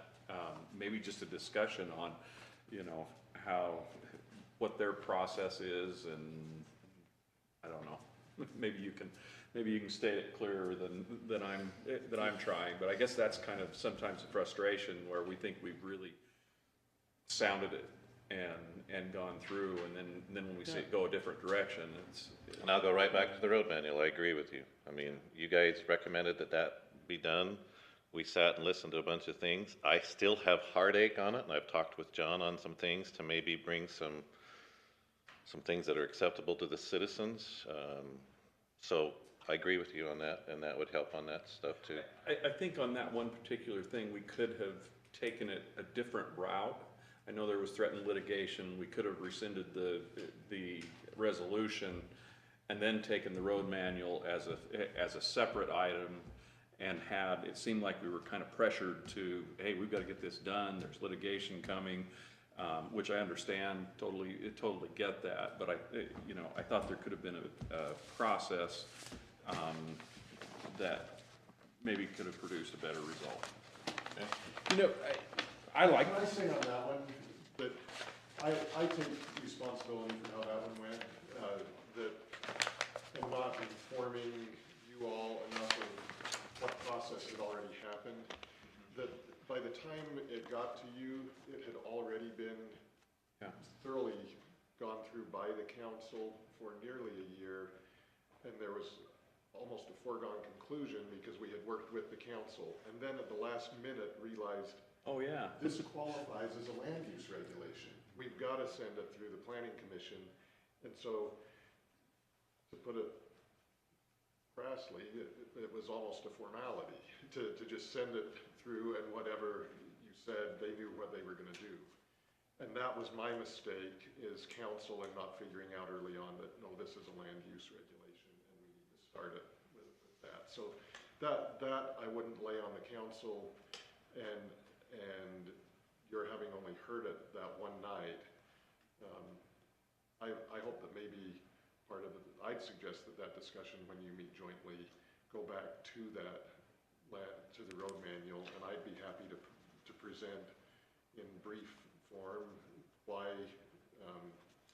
Matt and I really still stand behind those changes, but then field questions as well.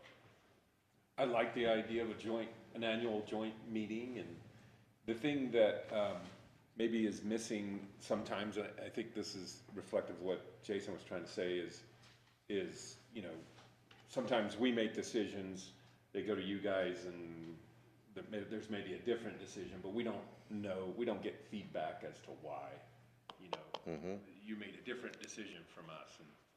And so, it would be nice to kind of reflect back on you know, the last 6 or 12 months or whatever and talk about those kinds of things that came up and where we had differences or something like that and why.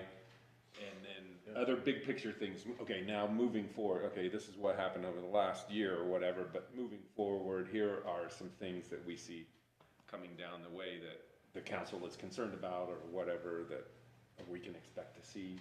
Okay, I And appreciate also this. along those lines, you know, application of RU2 and RU5, you know, we have a vision on the commission here of this is what we think that we want, where we want to apply these things and how they look.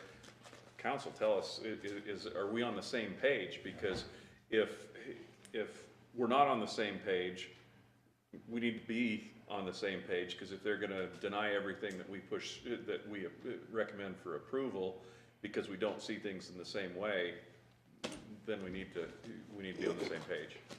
I feel grateful for our discussion tonight on the Creekside development.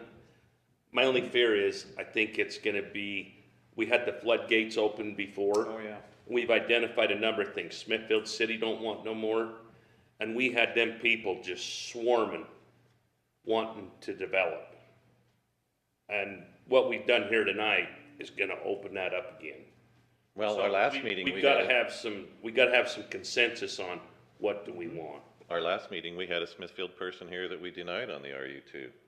So it was on the east side of it, so those are tender, believe me, Well, so.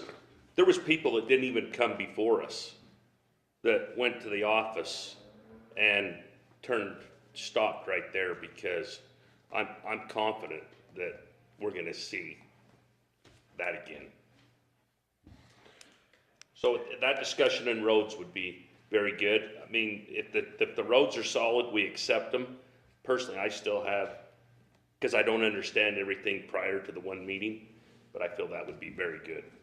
Well, I'm the lucky guy who sat on the one meeting in the planning and zoning and went to the next meeting where it was voted on, so I was like, holy frick. I'm not saying any of that negatively, I'm simply saying, Because I've called John, I mean, John and I dealt with a guy out of Paradise who has chewed my ear upside and down and inside out, and I'm like, I have a heartache. I even called the council and says, this is giving me heartburn. And so I've asked John that we need to go back and look at pioneering, is that what we're calling it? Something that where we can at least say to the citizen, and John and Matt have identified that, you know, as a county, we're getting killed on these road issues. And I have called 5 other counties in the state to see what their same issues are.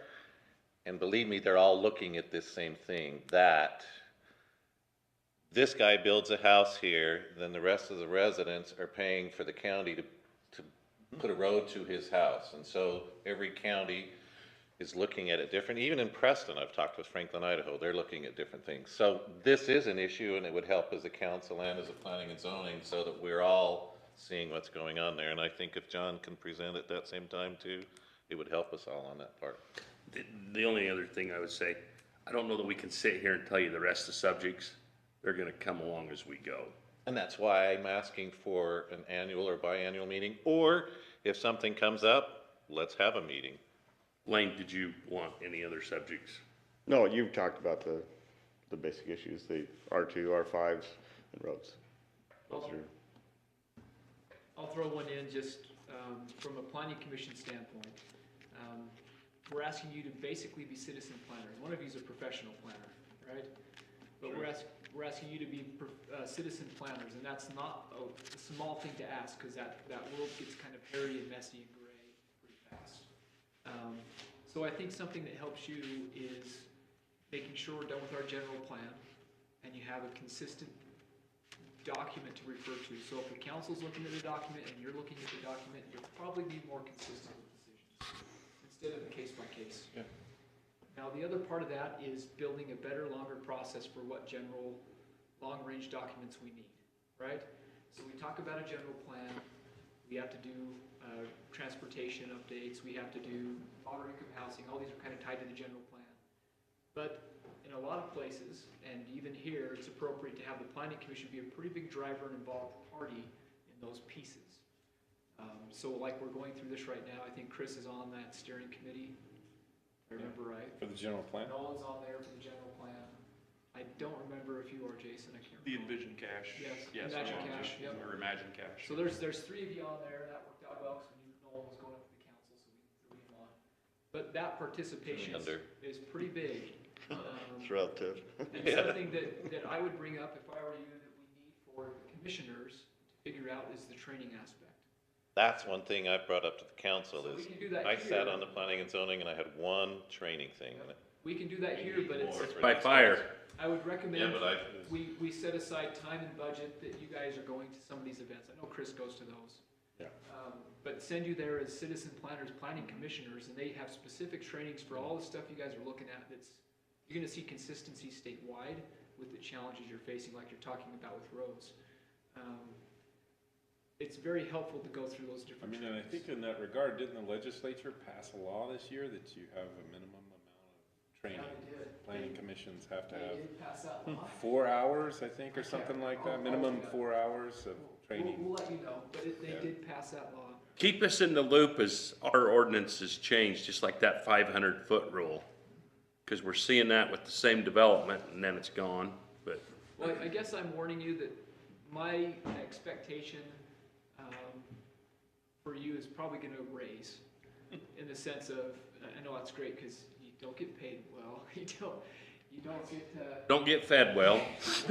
So we've only put in year 12 years, 13? 14? He's at 14. I'm 11, so. And I brought that up too, as far as getting others. Yeah. I mean, So we just, need some more here, so. I would bring that into the discussion, that you need training. But at the same time, the expertise, if a person's willing to serve, do you want somebody fresh going in and out every 3 years? Or do you want somebody that has experience, that has a desire to serve, that's been here and saw it?